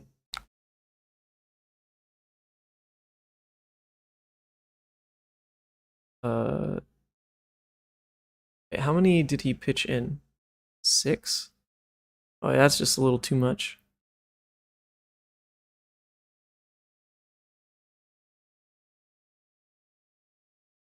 Two. Do you want to pay 2 or avoid discarding? I guess that means I can just toss Swing Big and Arsenal. Yeah, I'll pay 2 here, I guess. Queen Elizabeth II passed away? No way. Oh my god. I had no idea. Wow. Well, I don't really have any relation to England, but you know, sorry for you guys. Did you put Beast Within on top? Yes, I did. Because it does play around the Coronet Peak. Just have it in hand. I did put Beast Within on top. Because worst case, like, you're still paying for Blood Debt in that scenario.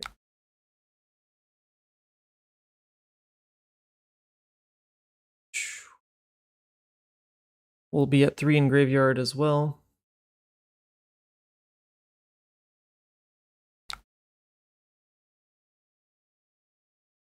Oh, Skullhorn? That's interesting. I mean, I can't pay for Skullhorn is the problem. I guess I could have, huh? But then Skullhorn would have drawn discarded Beast Within. And I know the next card is the Red Dread Screamer, which doesn't pay for anything. It just lets me then put Red Dread Screamer in Arsenal. So it's not that big a deal, actually. Choose if you want to destroy hooves? Oh my god. Okay. Wow, this matchup gets more interesting. I thought hooves was gone. I thought hooves was just gone. But it's a you may, right? So you add that opportunity to the stack. You add that opportunity to the stack. And Iyslander responded on top of that before I committed. Well, that's interesting. I really thought I committed. Well, now I'll just say no. That's crazy. Oh my god. This is so dumb. Oh, no. No, I don't want to destroy hooves. Come on, let me keep it. Still can match it for 7. All right, you know what? Maybe we're still in this game. They have Stormstriders, so, like, you know, the blowout is definitely possible. Such an emblematic moment, Monarch in our modern day. Yeah, reigning for 70 years. It's true. Oh, blocking with a freezing point. I mean, that's one of those blowout cards, right? So I almost think there's a world where Iyslander just holds that if that's a blue, and then just goes in for freezing point. Lethal? Question mark. I guess maybe not. I wouldn't have frostbites. Interesting. That was another, like, really strange turn cycle. Not gonna lie.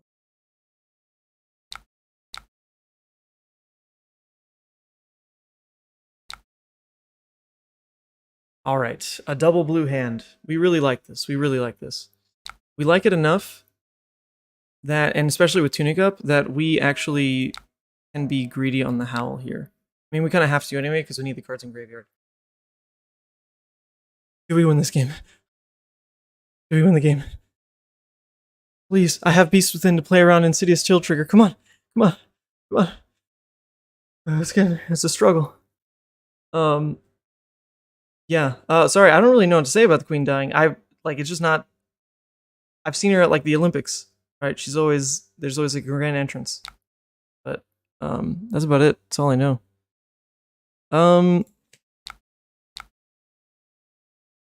Okay, I mean, this is a good turn, people.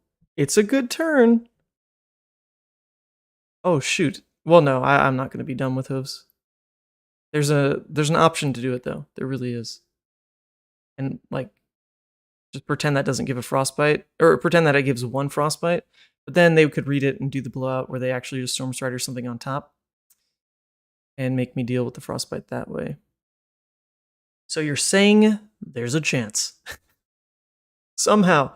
All right, so we had that horrible bug, like literal bug. Literal bug. So I'm allowed to be upset about it, okay? With the frostbite thing. But then we had our own strange interaction where I was allowed to just not destroy hooves because it's a May. So all I did was announce that, there's a window for that trigger. I didn't actually break it. And that actually makes sense because there's a lot of things in Levia that work that way. Where there's a lot of things in Levia that work that way. Where you get to okay, so he sunk below as well. Interesting. What does this tell us about his hand? Alright, do we get like mega greedy with it? Because we can howl again. Into Beast Within swing big. Tunic will pay through 1 frostbite. I think we do it because we're not at risk of like him Stormstriders into like a blowout. I think we actually get like mega greedy about this because we can just present lethal if it works. And we already turn off Blood Dead if it doesn't. Alright, let's see it. He can't even like retroactively blizzard. The chain is closed. Which is one way to really mess this up if like that's a blizzard and that's an ice card. Okay, we did it. I think we won. That's insane. Oh my god, we win. That is so crazy. That is so crazy. We won. We won this game. Mother of God. Oh, I feel bad about all the crying I just did because, you know what? Levia. Where there's a will, there's a way. And I thought I lost my will, but damn it. All you believers in the chat. All you believers in the chat. You brought it home. Yeah, so now we get to pay, break the frostbite for Tunic, love that interaction, and then we come in for 11. Yeah, jeez. Waning Mooner, man, you think you're an Iyslander one trick? Meet the Levia one trick, who also plays Fi now. Oh god, well, how insane! Woo! Oh god, oof, lordy, man, and I punted too. I played some of these turns so horribly. But, Levia, that's the power of recursion. What do I say? What do I say? You play slow, patient, you find them held from beyond some beautiful cards. Ooh, lordy. Alright, if Levia pulls out these kind of wins, maybe I should play for Nationals, You know? Like, these are such roller coasters. Such roller coasters. Such a roller coaster. I'm gonna say that in the chat. GG's. Holy moly. Alright. Man, my win streak on stream just like continues, man. That's 2-0. It's nuts. Crazy, crazy. How many people do we have online for that? 55 people were watching me he and haw about how miserable that game was, and we still won. Alright, so you know what? I'm gonna shoot my shot. We're gonna chill a little bit. You wonderful people watching. I hope you enjoyed that game. I hope you enjoy all the Levia content. And now spliced with a couple, more serious like Fi content. If you really would like to support me, the channel is just going to run as it runs. I love doing it just for the community's sake, but if you'd like to support me personally, I'm trying to buy new glasses because these glasses dance a fine line between looking like way too much of a tryhard hipster and some kind of pedophile. These are my backup glasses. I lost my real glasses at the beach, and I'd really like a new pair. And so we've got a donation goal set to get new glasses. For once, it's not cardboard. I spent a lot of money on cardboard. But now, I really would like to get new glasses for myself. So if you all would like to help, there is a live tip button in the description. Or I think there's like other ways to do it. I'm not super clear on this. Like you can click join or something. But that would be very much appreciated. And now that we've shilled just a tiny bit, I think it was deserved. That game was like kind of nuts. We'll play, I think, just one more, and then I'll have to go because Woman Sant will be coming home. And we have a nice afternoon planned. And one more. Ooh, yes. Oh man, we're getting some hot ones. Some hot ones. Hi. All right, this is a fun match. I will say It's a little rough to not run gamblers in this matchup.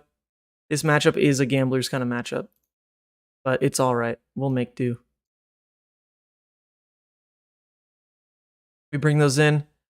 Ooh, I don't even know if like Pummel's gonna be that good against her, but we'll try it. I mean, it's all about experimenting. It's all about experimenting. Art of War is pretty good though into Dromai. Probably should find room for that. I can put in the Art of War over.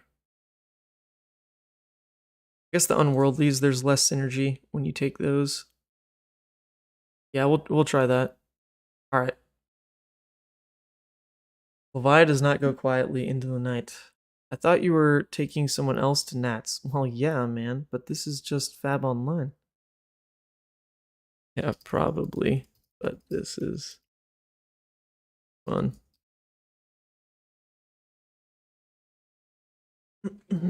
This is a game I want to see now. I'm really curious how that Dromai will navigate this match compared to me yesterday. Word. Yeah. Oh, Time Zero, you're still here. Sweet. Yeah, her games yesterday were stream worthy. They were some very fun Dromai versus Levia games. Game 1 was quite tight. Game 2, not so much. I did learn some things in that matchup though about timing of equipment, not get blown out by Tumultai. So we'll try to just use these like very aggressively, very early, and see if that works. It's a wonderful day because we started Hell from Beyond, so that's lovely.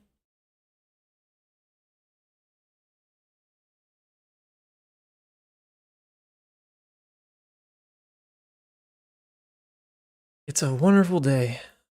We still have a Popper as Vel if he decides to do anything. Oh, he's gonna play Oasis just to start Ash generating? Whoa. Hold up a second. That can't be right. There we go. That seems more correct. Yeah, sweet. So we just get to go ahead, fill the yard. Get that howl in there.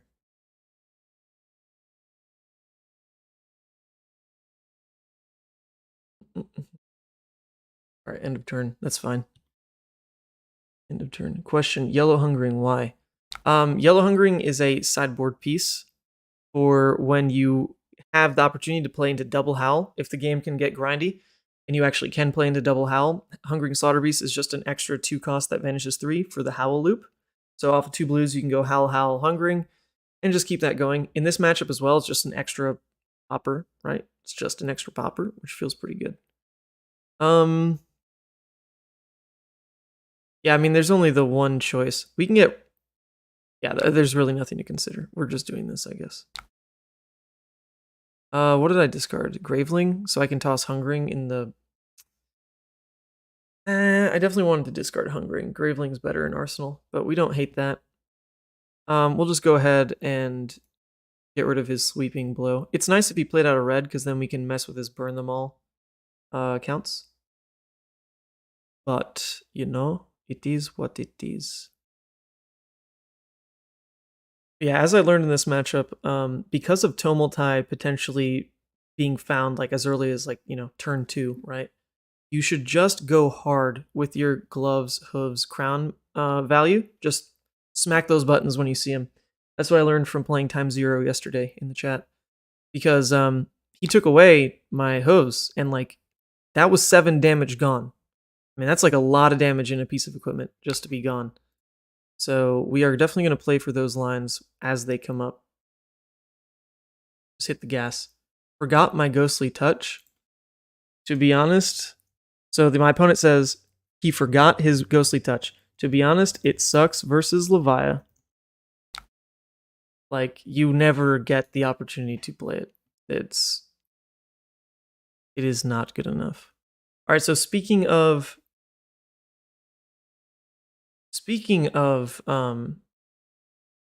using hooves, we have the opportunity here. Doesn't matter. You won't go second cycle to set up semblance. So speaking of the value of hooves, it's pretty ridiculous, but we could use it as early as now. Just because we have the opportunity here for hungering into leaving the one floating howl. I mean, it would cost like our whole hand, so it's not worth it. I guess we'll just go for this line. Nothing wrong with the nothing wrong with just the 2-card endless. Turn. Alright, so we get to hold Boneyard. That's fine. Levia beats down before second cycle. Oh yeah, sorry, you guys can't see the chat. He's asking about running Ghostly Touch in this matchup. 1000%. He's surprised that Levia can beat Dromai before second cycle. And I mean, maybe you do go to the beginnings of second cycle, but you definitely don't get to set up double semblance. Like, it doesn't go that long. I mean, if it goes that long, Levia will just win anyway, because Dromai will never get to keep the semblance hand. You'll just be looping double howl every turn. So, yeah, and like we've already got the one howl found, so we're totally set. We're gonna look to and we found the second howl already. God dang. Good stuff. And the fortunate part is Moragai is one that like I really want to pop. Not overly concerned though. But it is nice to pop her. Normally you have to wait till the Blood Rush turns to pull it off. So we'll just come in for 9 at face. The 4 breakpoint when you don't run Ghostlies is really rough. So really you have to wait for Blood Rush and you have to sink like a whole claw into Moragai, which can kind of suck. But at least she's off the board. Alright, we found double howl already, so this game's like pretty much locked as long as we keep drawing double blues. And we actually haven't even seen that many blues yet. We've seen like 2 blues. So our damage is going to be ridiculous this game. The only problem when you find double howl that early is now the Shadow Blasphemets do nothing. All you want to do with Shadow Blasphemет is banish the other copies of Shadow Blasphemет. Oh, I forgot, we're still running the pummels. Right. Still running the pummels. I mean, this is a pummel hand, to be fair. Definitely pull off the pummel. We can also go ahead crown, just because this hungering in Arsenal is not that interesting. I'd rather a blue. And this is the same deal where we don't want to get blown out by Tumultai. So I actually am inclined to go ahead, block with crown here, get the Arsenal out. We added a yellow to hand. That's not awful. You ever take D-Rex besides Reckless? Yeah, this list I'm running Sync Belows. Alright, so now we can go ahead and get this popping. It saves 3 HP, but what our hand can really do here, we'll be at 3 in Graveyard. It doesn't show it, but the crown is going to go to Graveyard. So we'll be at the 3 we need. If we really do want to pull off the Howl Pummel turn, it's inefficient, because we'll have to pitch this Writhing as well. So I think we'll skip out on the Howl and just go for the straight Pummel, which means... we still want to keep a card for Arsenal then, don't we? Yeah, we do. We don't really want to pop it. It's not that much damage. We'll just let it through. The critical mass of dragons is nothing right now.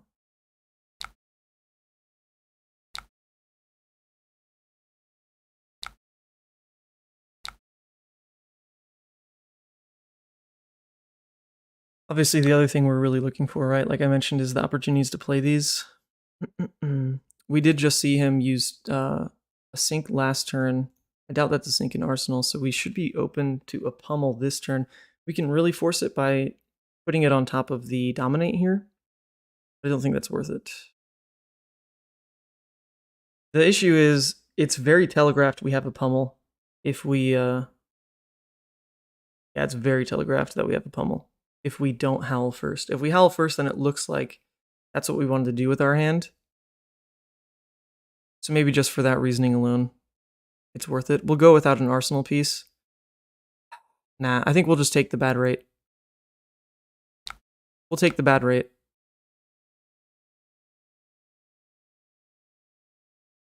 If he plays around the pummel, he plays around the pummel. So be it. Most people don't expect the pummel in Blood Debt right now anyway, so that's kind of the idea, to like get ahead of the expectations people have.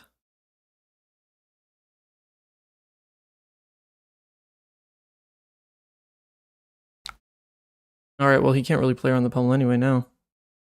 So the other thing is, I'd actually rather... We're going to have shuffles going on with the Shadow Blasphemfets. So normally I would pitch the Writhing here, just because the Writhing's better late game. Which actually I think I still might do, but the thing is, if we pitch this one and the shuffles come around, I would rather find a yellow. So actually, yeah, we will pitch the yellow. Alright. This hopefully does throw him off a bit. In a situation like this, we could put him in a spot where he can't actually like swing all his dragons, which would be nice. What's he going to discard? Also nice that he just didn't have a sink below, because he could have protected 4 HP, just taking 1. Look at this game. My Guardian Brain is just like, no, Ethan, prune every dragon off the board. You don't have to. You have... you really have such a critical mass of poppers. Am I? Right. So we'll take the turn here. I mean, obviously we're taking the Dromai damage.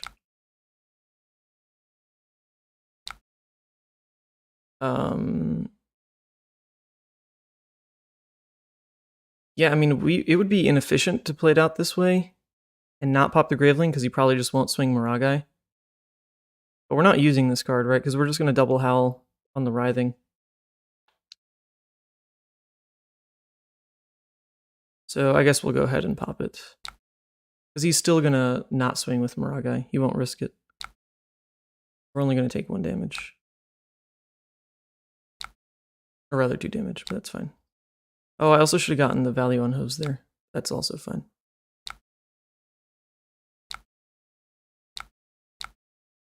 Both of those are fine. I guess we don't need this one. We'll bottom this one, but we'll keep the blue up.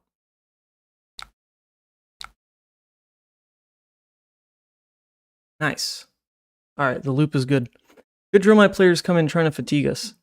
I really don't think you can. Like, my damage will be pretty substantial. Like, we still haven't played for our first Blood Rush, but it'd be pretty unfortunate to have to swing Claws into the Dromai.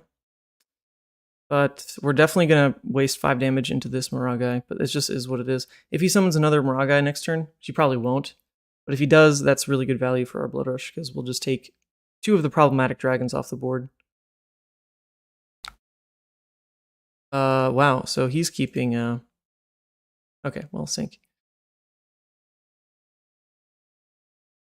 Yeah, this is the worry. When they keep hands like this, it feels like he has one of the big dragons, right? And if he has one of the big dragons like Tumultite, there goes our free value. Like, I was really trying to find windows to use these early. Okay, burn them all. Then what?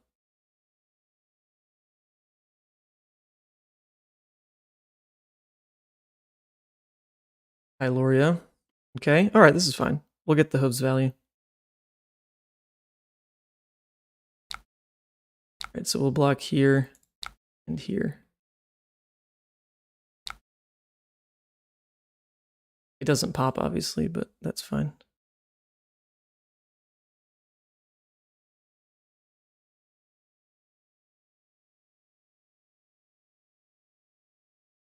We just don't want... I mean, the extra card is... It's just not worth giving to him. Wait, why did you block that? No draw.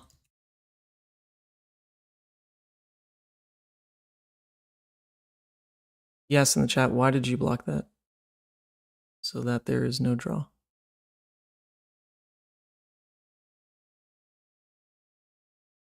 Why didn't it hit, and why didn't I draw? I blocked 4 hooves. Plus 3 block. Alright, he's confused.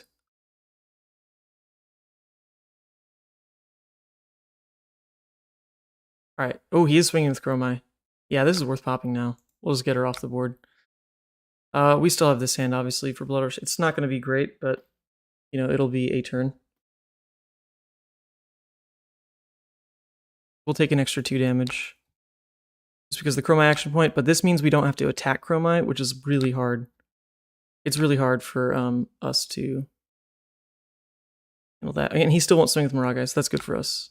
We're fine with that. Okay, we draw blue. Ooh, this is good. This is good. That's what we wanted. Yeah, so we sink this first one into Miragai. No question.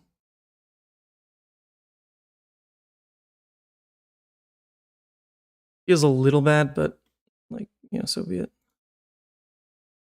All right, so it went a little fast there, but what happened is the Beast Within banished Soul Harvest, so we got an extra blue out of this.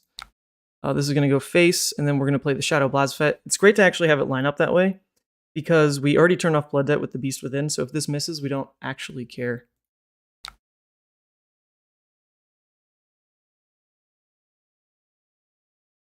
Yeah, he was so confused. He's like, Levia? Like, Dromai can't take Levia to second cycle? I'm like, I would freaking hope not. Like, alright, so it did hit. Unfortunately, discarded a Dread Screamer. Unlucky. So we'll take out the next Shadow Blast effect, because these cards are bad now. So we discarded a Dread Screamer, and we just pitched a Dread Screamer, so that's a little unfortunate. Those cards are quite good, obviously. What we're really looking for next hand is an excuse to pop these, though. Our graveyard's in, like, kind of a messy state, though. Like, we definitely want to hit one of these first before we pop Goliath. You know, the blowout there would be to draw Boneyard, obviously, because we get ahead on Arsenal. Okay, this guy's saving HP, but I have endless damage in Hell from Beyond, just saying. Did you do this? Oh, nice. Yeah, this hand's good. This hand's really good, actually, because we can just pop with Wrecker Romp and then Howl Boneyard. Oh, this is so fantastic. This is how you just get so ahead. I mean, yeah. You're just so damage efficient with the Howl from Beyonds. Yeah, so, goodbye Asvali. And we maintain really good rate. Obviously, the one problem with this is we will be at 3 misses in the yard, but, you know, if that happens, we've got Pummel, Blood Rush, and Howl. Like, if that's just what happens, it happens, whatever. Looks like that's not what happened. Did we at least hit a miss? We didn't. We did leave the 3 misses in the yard. That's a little unfortunate. Alright, he's trying his hardest. He's trying to block us out. But we're ahead on Arsenal now. And we have another Howl play. Be nice and easy.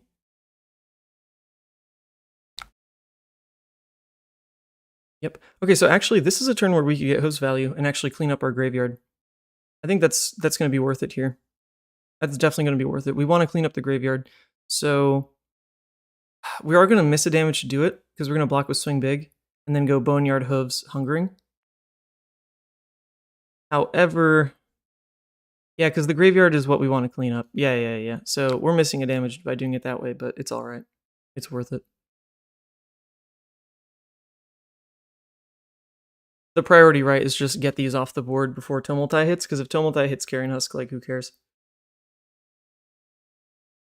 Obviously, if this first attack misses, that is a problem. Oh, actually, so idea being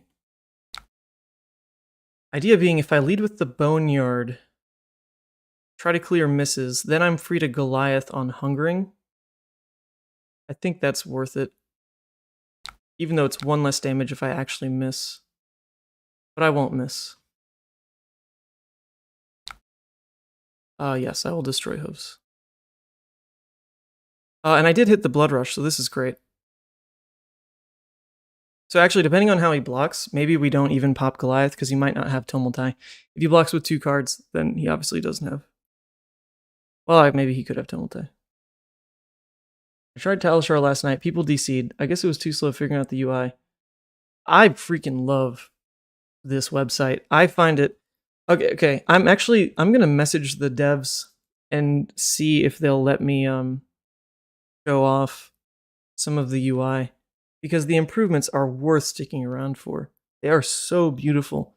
This guy Lost in Space is doing amazing work on the back end. Buddy, that's not okay. I mean, that's fine. I feel like he doesn't have Tomultai here, so we can save the hooves for one more turn, because we'd rather just hit the misses that are already there. Ah, beautiful, beautiful, beautiful. Okay, so now we only have the one miss in Graveyard, so we'll be safe to either start with at least one Howl or the Goliath. And with the way he's blocking, he just can't have Tomultai, right? Because he needs double blue. So we really like this spot. It's also fantastic that we're sitting on the Blood Debt attack in Arsenal. Like, we're just never under pressure now to whiff on a draw. Like Dromai.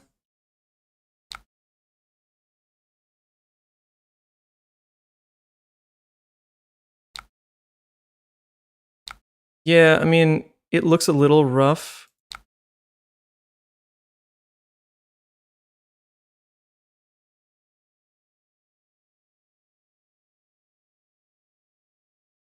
Is it worth it to do it this way? I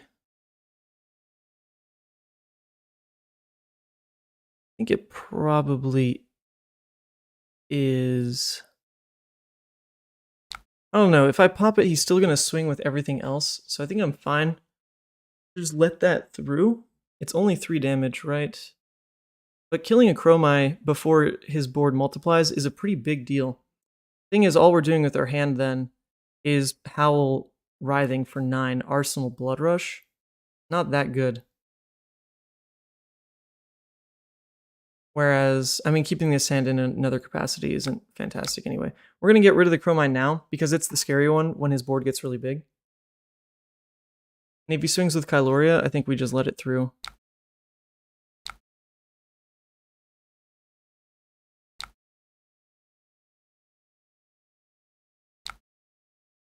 The other option is we could Husk on this, just to deny the card draw, but he already has an Arsenal, so I'm not sure I'm really scared of that card draw, right?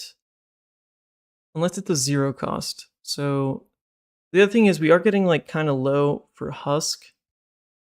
There's more of these Burn Them All triggers coming. He has 1 Ashwing.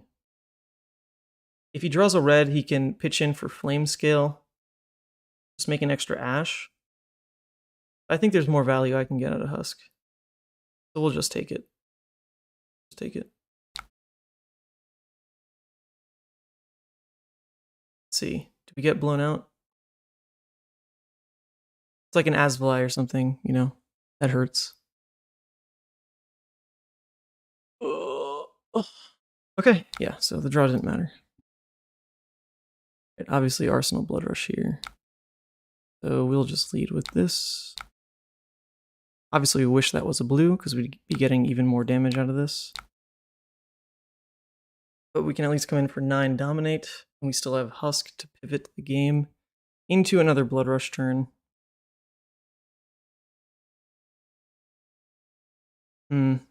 Unfortunately, we didn't hit one of the misses.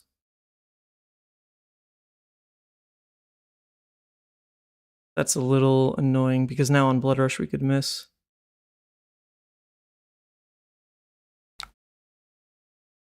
Huh. Okay, taking 6 down to 8, so as long as we get off like the Blood Rush turn we want. Not really. We also can't stop his dragons. But, I mean, we planned for this.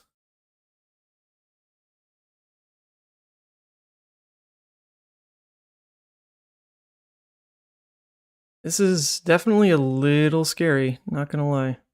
A little scary.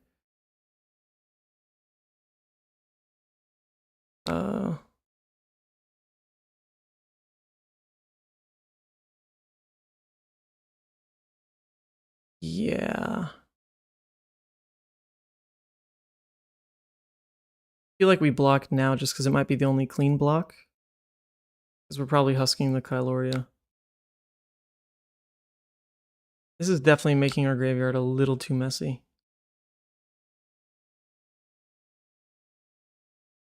Oh, actually, the blowout is if he has Dominia now. That'd be ridiculous. Please don't have Dominia this turn. He has Dominia this turn, right? Okay, he doesn't have Dominia this turn. Jesus. That would have been beyond scary. Alright, and now we husk. And we maintain a huge life lead. And we hope that this Blood Rush works out. Our graveyard is very messy now. We're going to have 4 misses, which we absolutely hate. But at least we don't auto-lose to Blood Debt. And we're definitely going to push lethal. Problem is, he stuck a Dromai because we didn't have a popper that turn. And that is wildly annoying. Wildly annoying.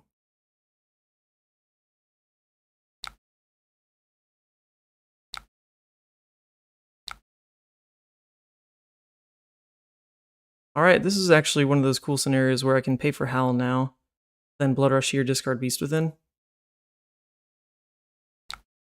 Those turns are pretty cool.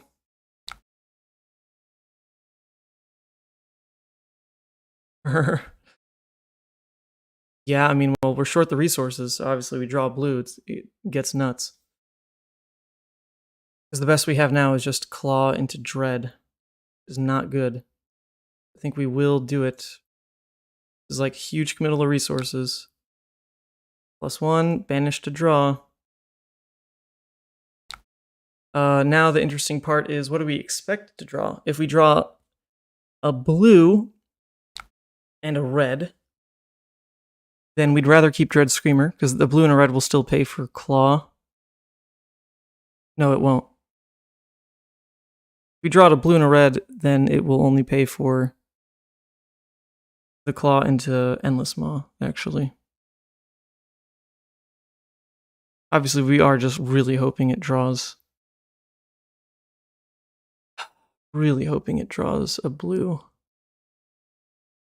think it's safer to get rid of the Endless Maw. Although if we double draw blue, I mean, that's insane, right? That's the Endless Maw, just maximum value. That is pretty greedy. So we'll do it this way. Oh, you can't be serious. Oh, you can't be serious. That is so bad. This is very not ideal. Very not ideal.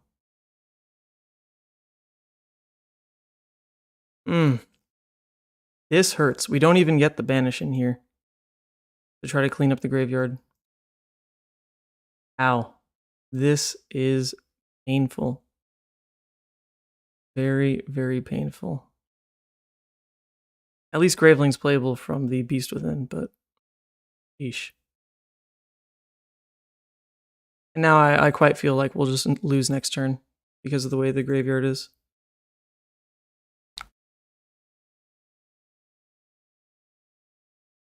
Yeah. Alright, probably over. Probably over. 15 is still a lot. 15 is definitely still a lot, but it could have been an extra 7. It could have been an extra 7. We couldn't Goliath on that. It's a 1 cost as well.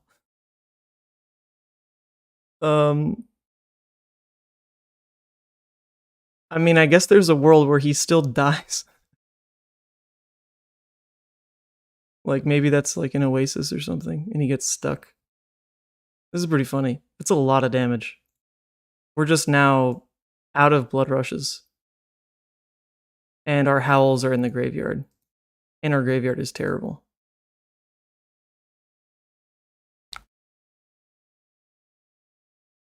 Sand cover. Okay.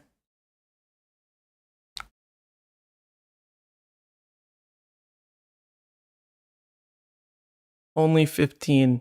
Yeah, you know, it could have been an extra 7.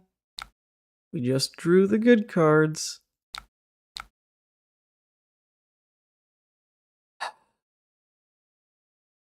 At least we have things to pop with.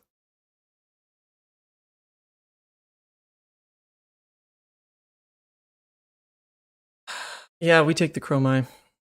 It's the Kyloria. We'd rather stop here, I think.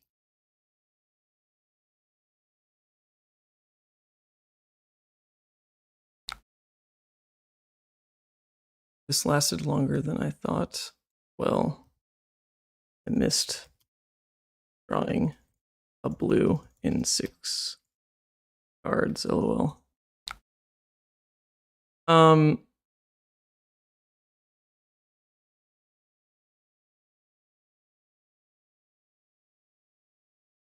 Dromai just is the scary dragon, but he's gonna draw off the Kyloria. It's the same deal. I think we just want to get it off the board.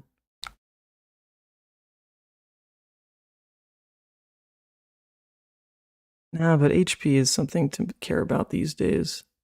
He's so low that he'll have to block, but these are not the most threatening hands, are they?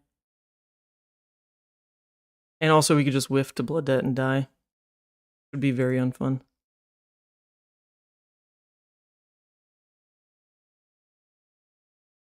I'm gonna pop the Kyloria this turn. Not the Chromai. Sigil. Okay. Yeah, so actually the Kyloria draw would actually matter quite a bit in getting him back in the game. If he doesn't swing with it, we're fine.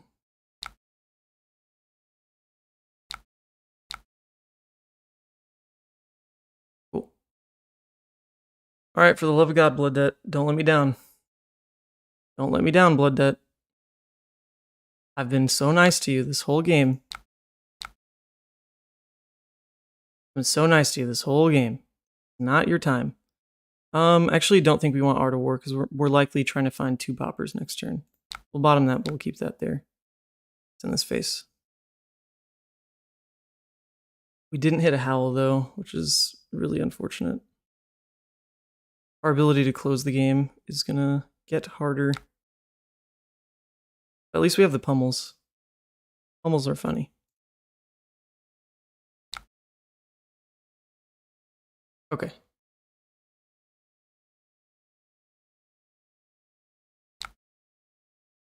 Well, this is not great. It is not great.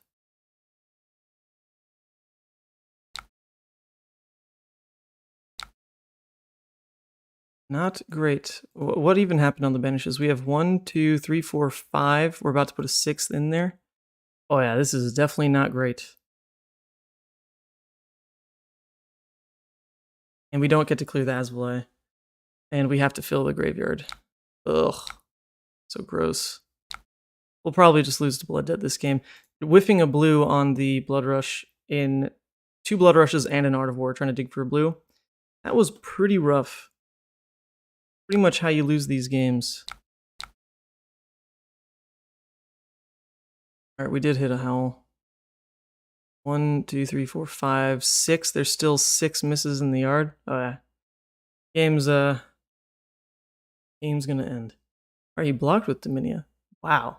So he doesn't have a blue, because Dominia's like the blowout card. Dominia is the blowout right now. I feel like you really should not block with that.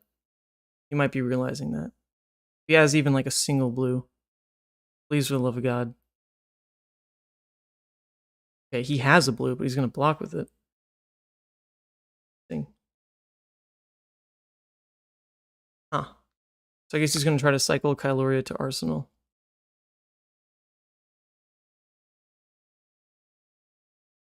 Or not Kyloria, Dominia.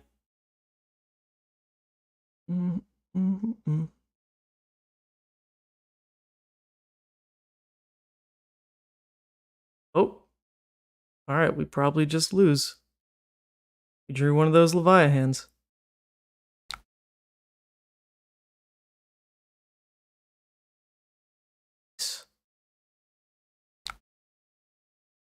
Huh?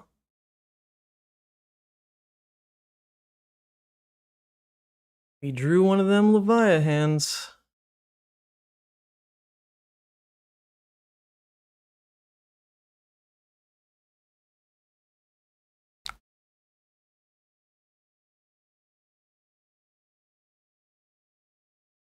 I mean, as long as it's not like a 0. Oh, it's a Miragai.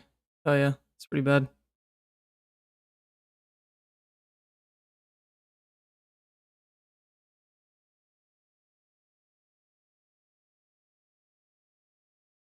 Ah.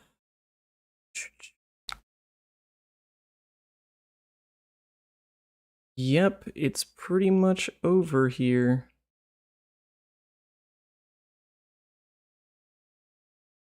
Hmm.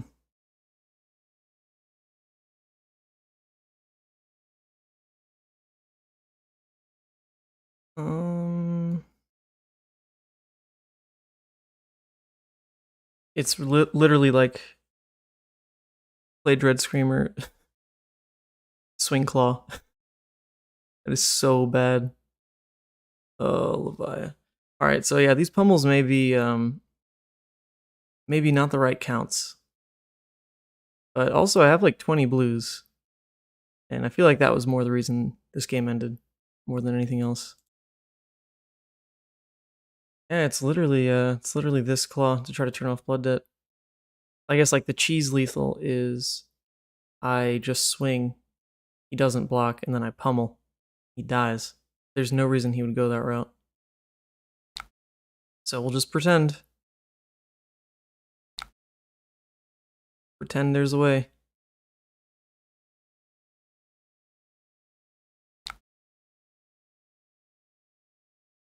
Here we go. And this is gonna tap Ragai.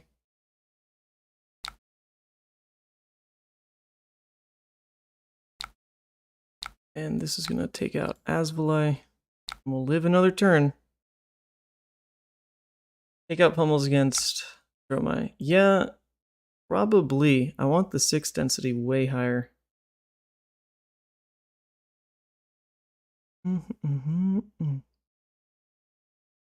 I mean, we still have a chance, but it's not great.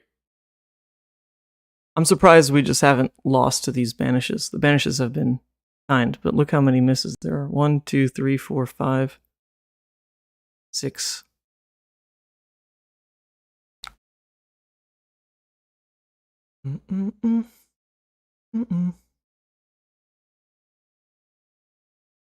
Yeah. So unfortunately, we have to block that.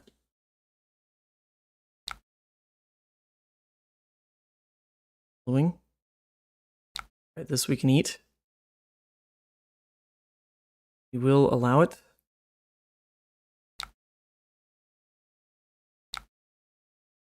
All right, all right. Do we live? What's the dragon? What's the dragon? All right, we'll take it. We'll take it. What's the dragon? What else you got? What else you got? Dust up. Well, what would you know? That is presenting lethal.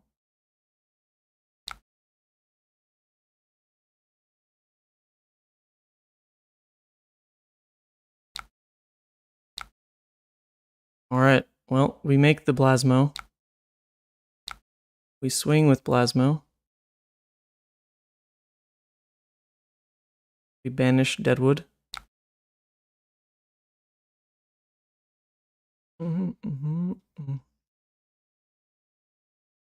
We're hanging on, but it's not by much. Not by much.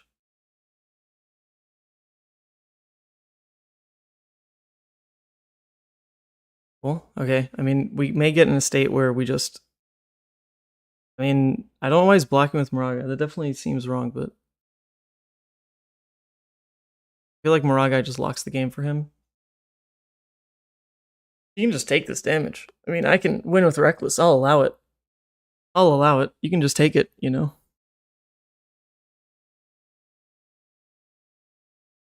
If he decides on those blocks, I'm hitting pass as fast as I freaking can. Please. I'm fine with that. I really feel like he should just block with Furnace and go 4 cards into me. And I will die.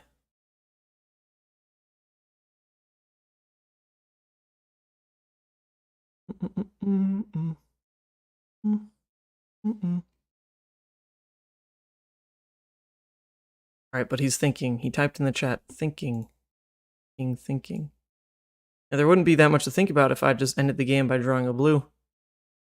But can't have it all, it seems.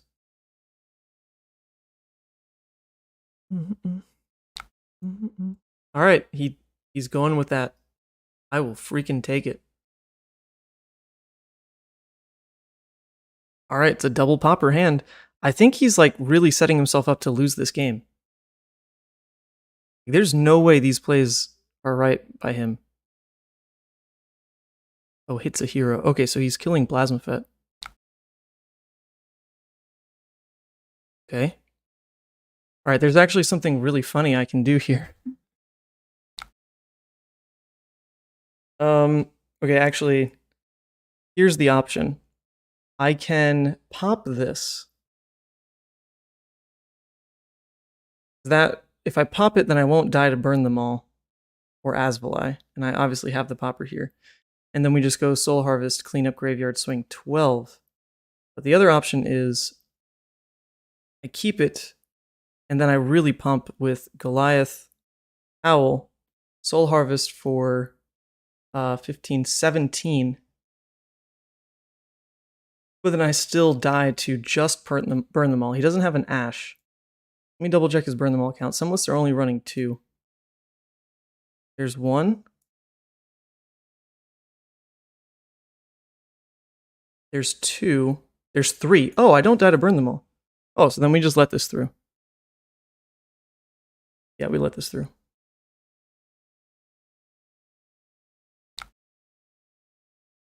He doesn't even have like the cheese lethal with Silken Form on an Ash. He's out of Ash. Alright, so now we do this. We do this. And we do this. And we choose everything we can to not lose the game. So we're getting these out of here. There are 2 misses that have Blood Debt. This is a miss that has Blood Debt. We do want maximum damage though. Otherwise, feels a little bad, so we are going to have to roll the dice in some other areas. At 6. 1, 2, 3, 4, 5, 6. Alright. Throwing it at face. Over 17, do it. Yeah. Well, I don't lose to any singular card, so like it's pretty safe. And I still have like Pummel Cheese and Arsenal to like really end the game. And I still have Art of Wars as well. So as long as I draw a popper next hand, I am like very set. I have to draw the popper next hand. I just spent one, I just sent one to the bottom. So I'm not even sure what we have left in deck. There's a Dread Screamer I pitched. So there's at least a Dread Screamer. There is Boneyard, Boneyard, Boneyard. Writhing, Writhing, Writhing. Graveling, Graveling, Graveling.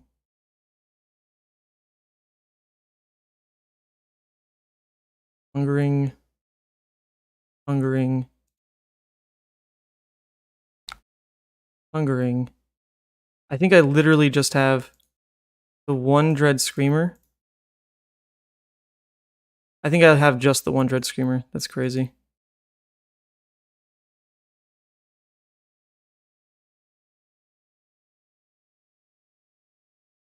So that is unfortunate. That's how it ends up. And I'm also milling him. This is insane. Look at the decks. That is so funny.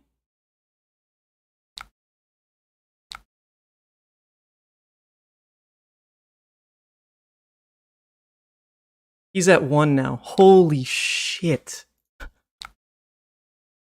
Oh, I have an Endless Maw. Oh, we're safe. Holy shit. What an insane game if I actually win this. Okay, why would you lead with Ashwing? Like, wouldn't you want to just risk it?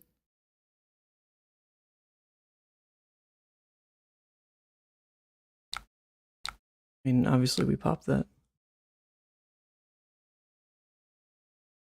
Alright, he's at 1, so all we have to do is not die to Blood Debt. Which, there's only so much we can control that. Alright, I turned off Blood Debt.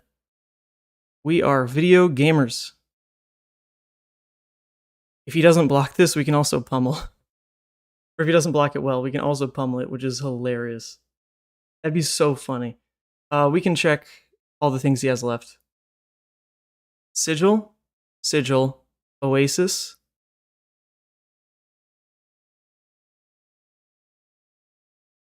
Oasis, Sigil. So he probably has 1 Sigil left.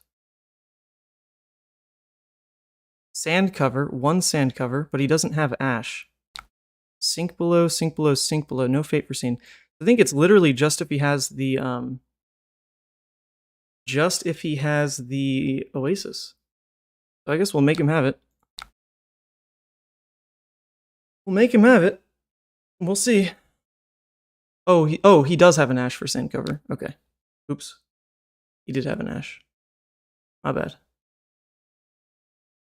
Didn't even notice. If that was the case, I never would have done that. Just didn't look.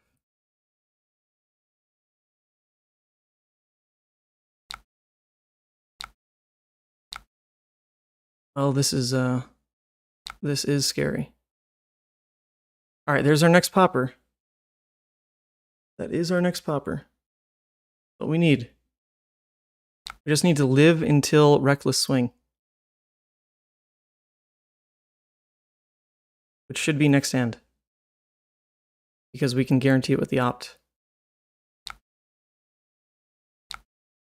Okay. We just need to turn off Blood Debt with Convulsions. Come on. Let's do it. Alright, we turned off Blood Debt. Oh, we do have more poppers. Okay, wait. If we think these are the top 2, we just pitched 1, 2 cards. So the next 2 cards should be Reckless. The next 2 cards should be Reckless, Wrecker Romp. No, actually, maybe not. I think they might be in the next 3 cards. So we'll bottom that, keep that on top. And we should be good.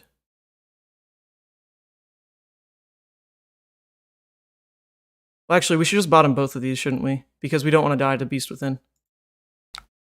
We'll do that. Reckless Swing will not kill Dromai.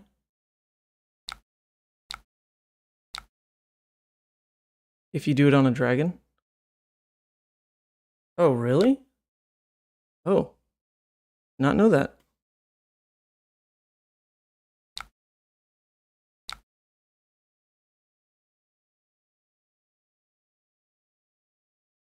Smart Dromai plays to do nothing now.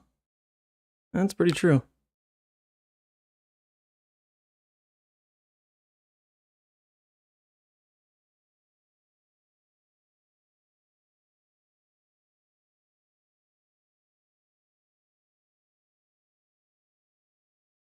Yeah, I don't know.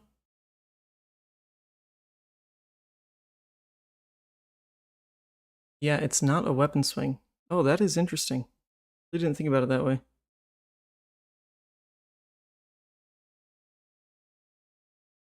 Right.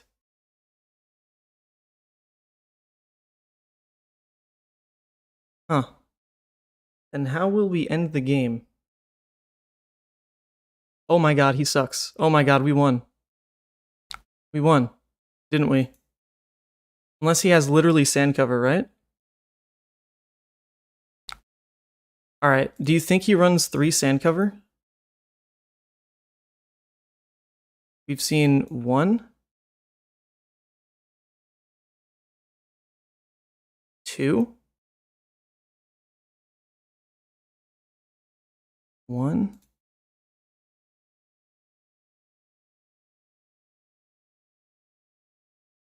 2. Huh. So the issue is if he's on 3 Oasis, 3 sand cover, then there's too many things we lose to. But we also still have to block it, right? Huh. I think he'd only play that if he knew about the Reckless interaction or thinks that he has to spread his damage this way. I don't think we really win otherwise, though, so like we do kind of have to try.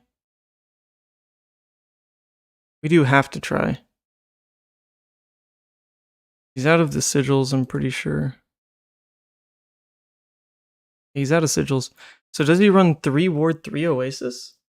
I haven't been checking, but I really should have. guess the other option is we just block. We block this. He plays something. We pop it. Then all we do is convulsions into weapon swing his face, and he's just out of cards anyway. Isn't that going to lose him the game regardless? He'll just be out of cards, and I do have another like 2 ways in deck to turn off Blood Debt, right? I feel like that's... I feel like I can't go for the Reckless. So we'll do this.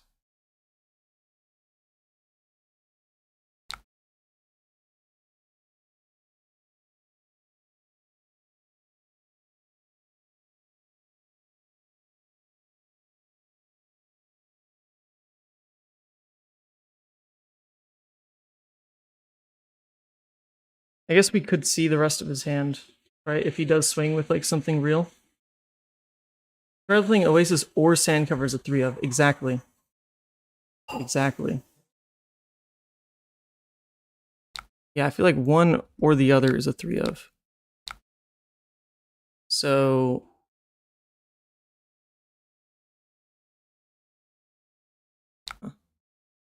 all we can do is pretend we turn off Blood Debt with this. We did turn off Blood Debt.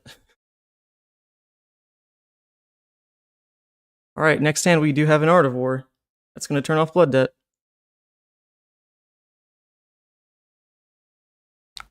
And he's out of cards. I don't know if we win though. I don't know if we win. Yeah, he's already played all 3 Burn Them All, and his Asval Eyes are gone.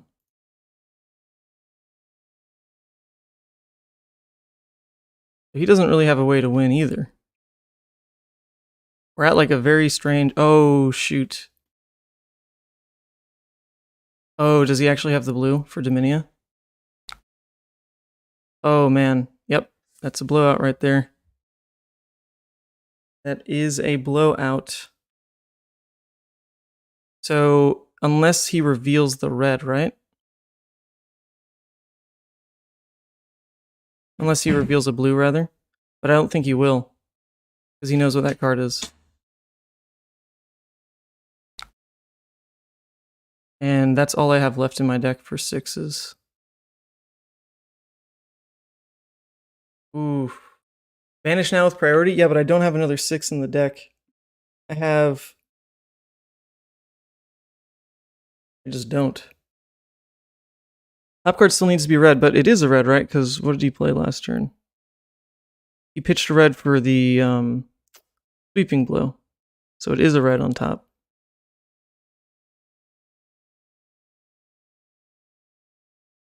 Yeah, unless I miscounted what's left in the deck, I think we're just out of poppers. I mean, it's all we've got, so we'll still do it. I mean, we're just dead regardless, though. We are dead.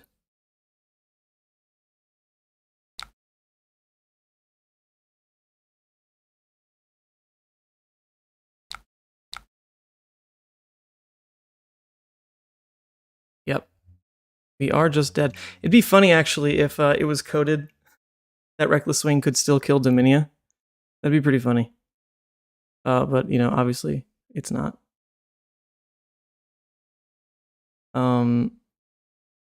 Yeah, so it's just over. Yep, because he pitched the Necria. That's it.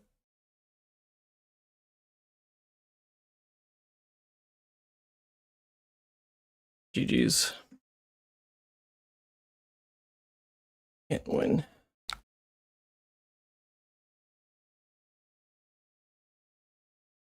Oh, that's really funny. Yeah, he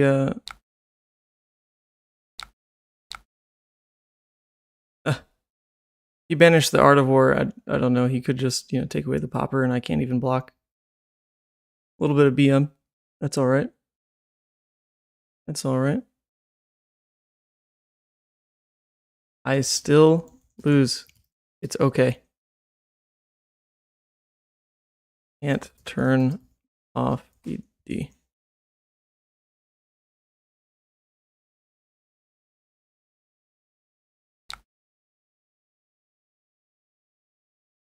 All right, so actually, funny enough, I think we should have reckless on that sweeping blow because I don't think we've seen all these cards, right? What is your card in hand?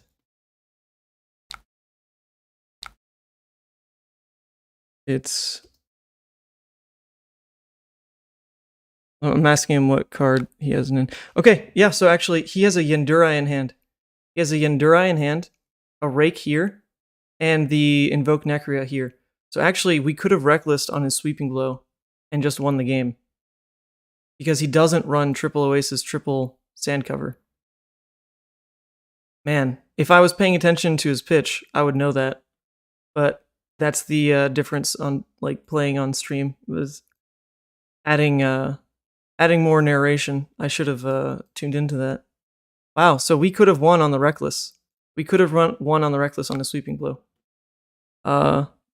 Actually could have won when you played blue sweeping blow. Had reckless, but was worried about sand cover or Oasis number 3 and pay attention. No, I didn't have a chance to mix reckless swing because you can just pummel convulsions block first because yeah, you can just like let those go and then defense react and discard the wrecker guaranteed. Dang, that is unfortunate. We actually had it. Oh, that's what I get for not paying attention to everything. Yeah, you're right. I am streaming it. In theory, I could have gone back and actually looked at what you pitched. I could have used the powers of, having it saved on YouTube to gone back and made sure whether or not you had third sand or not. But we didn't play that way. And here we go. Beautiful. We'll bottom this one. We'll bottom that one. And then take 31 to blood debt. Take 31 to blood debt. Yeah, so 2 big whiffs. 2 big whiffs. Unfortunate. Man, yeah, that double Blood Rush Art Award seeing no blues was so rough. But then, to be fair, we genuinely misplayed on Reckless. So, we had the game and we did throw it. I think versus the Dromai here, going full pummels is not really worth it because they definitely keep all the defense reacts in. So they do tend to be clunky. Like there was a hand of like 3 pummels like late game when I had shuffled on Shadow Blasmfit. It was not okay. All right, take the end of turn. Take the end of turn. It'll be over. It'll be over.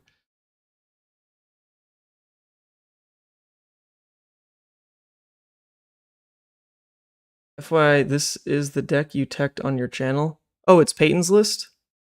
Oh my god, it's Peyton's list. And Peyton's list doesn't... Okay, but actually, Peyton's list does run 3 sand cover. He does run 3 sand cover. He runs 2 Oasis. But he does run 3 sand cover. So I was correct to worry about that, at least. But I guess you just didn't sight it in. There's the 1. Yeah, all we see is the 2. Okay, that was it. GG's. All right, I'm going to head out. That was 3 games. 3 very interesting games. We had that Rhinar where the deck just started working, just as you intended. That Iyslander game that almost had me jump off a cliff, but we somehow still won. And then this Dromai game where we learned the importance of watching your opponent's pitch, especially when they have like literally 6 cards in deck. Like, why not just take a look? The most of the time, all I'm paying attention to in Dromai is whether or not they pitched a red, not like what is that red. So just we need to click on that button a couple times. We need to survive those big turns while you pop our dragons. All right, well, you know how you survive those big turns is you just hope I don't draw blue on Blood Rush turns. That's it. That's how you survive the big turns. That is how you survive the big turns. But okay, that was, I mean, literally we just kind of invented this and started streaming with it. Hummel Levia, I'll drop a link here. And then we'll end the stream. All right, no closer to buying new glasses today, it seems. That's all right.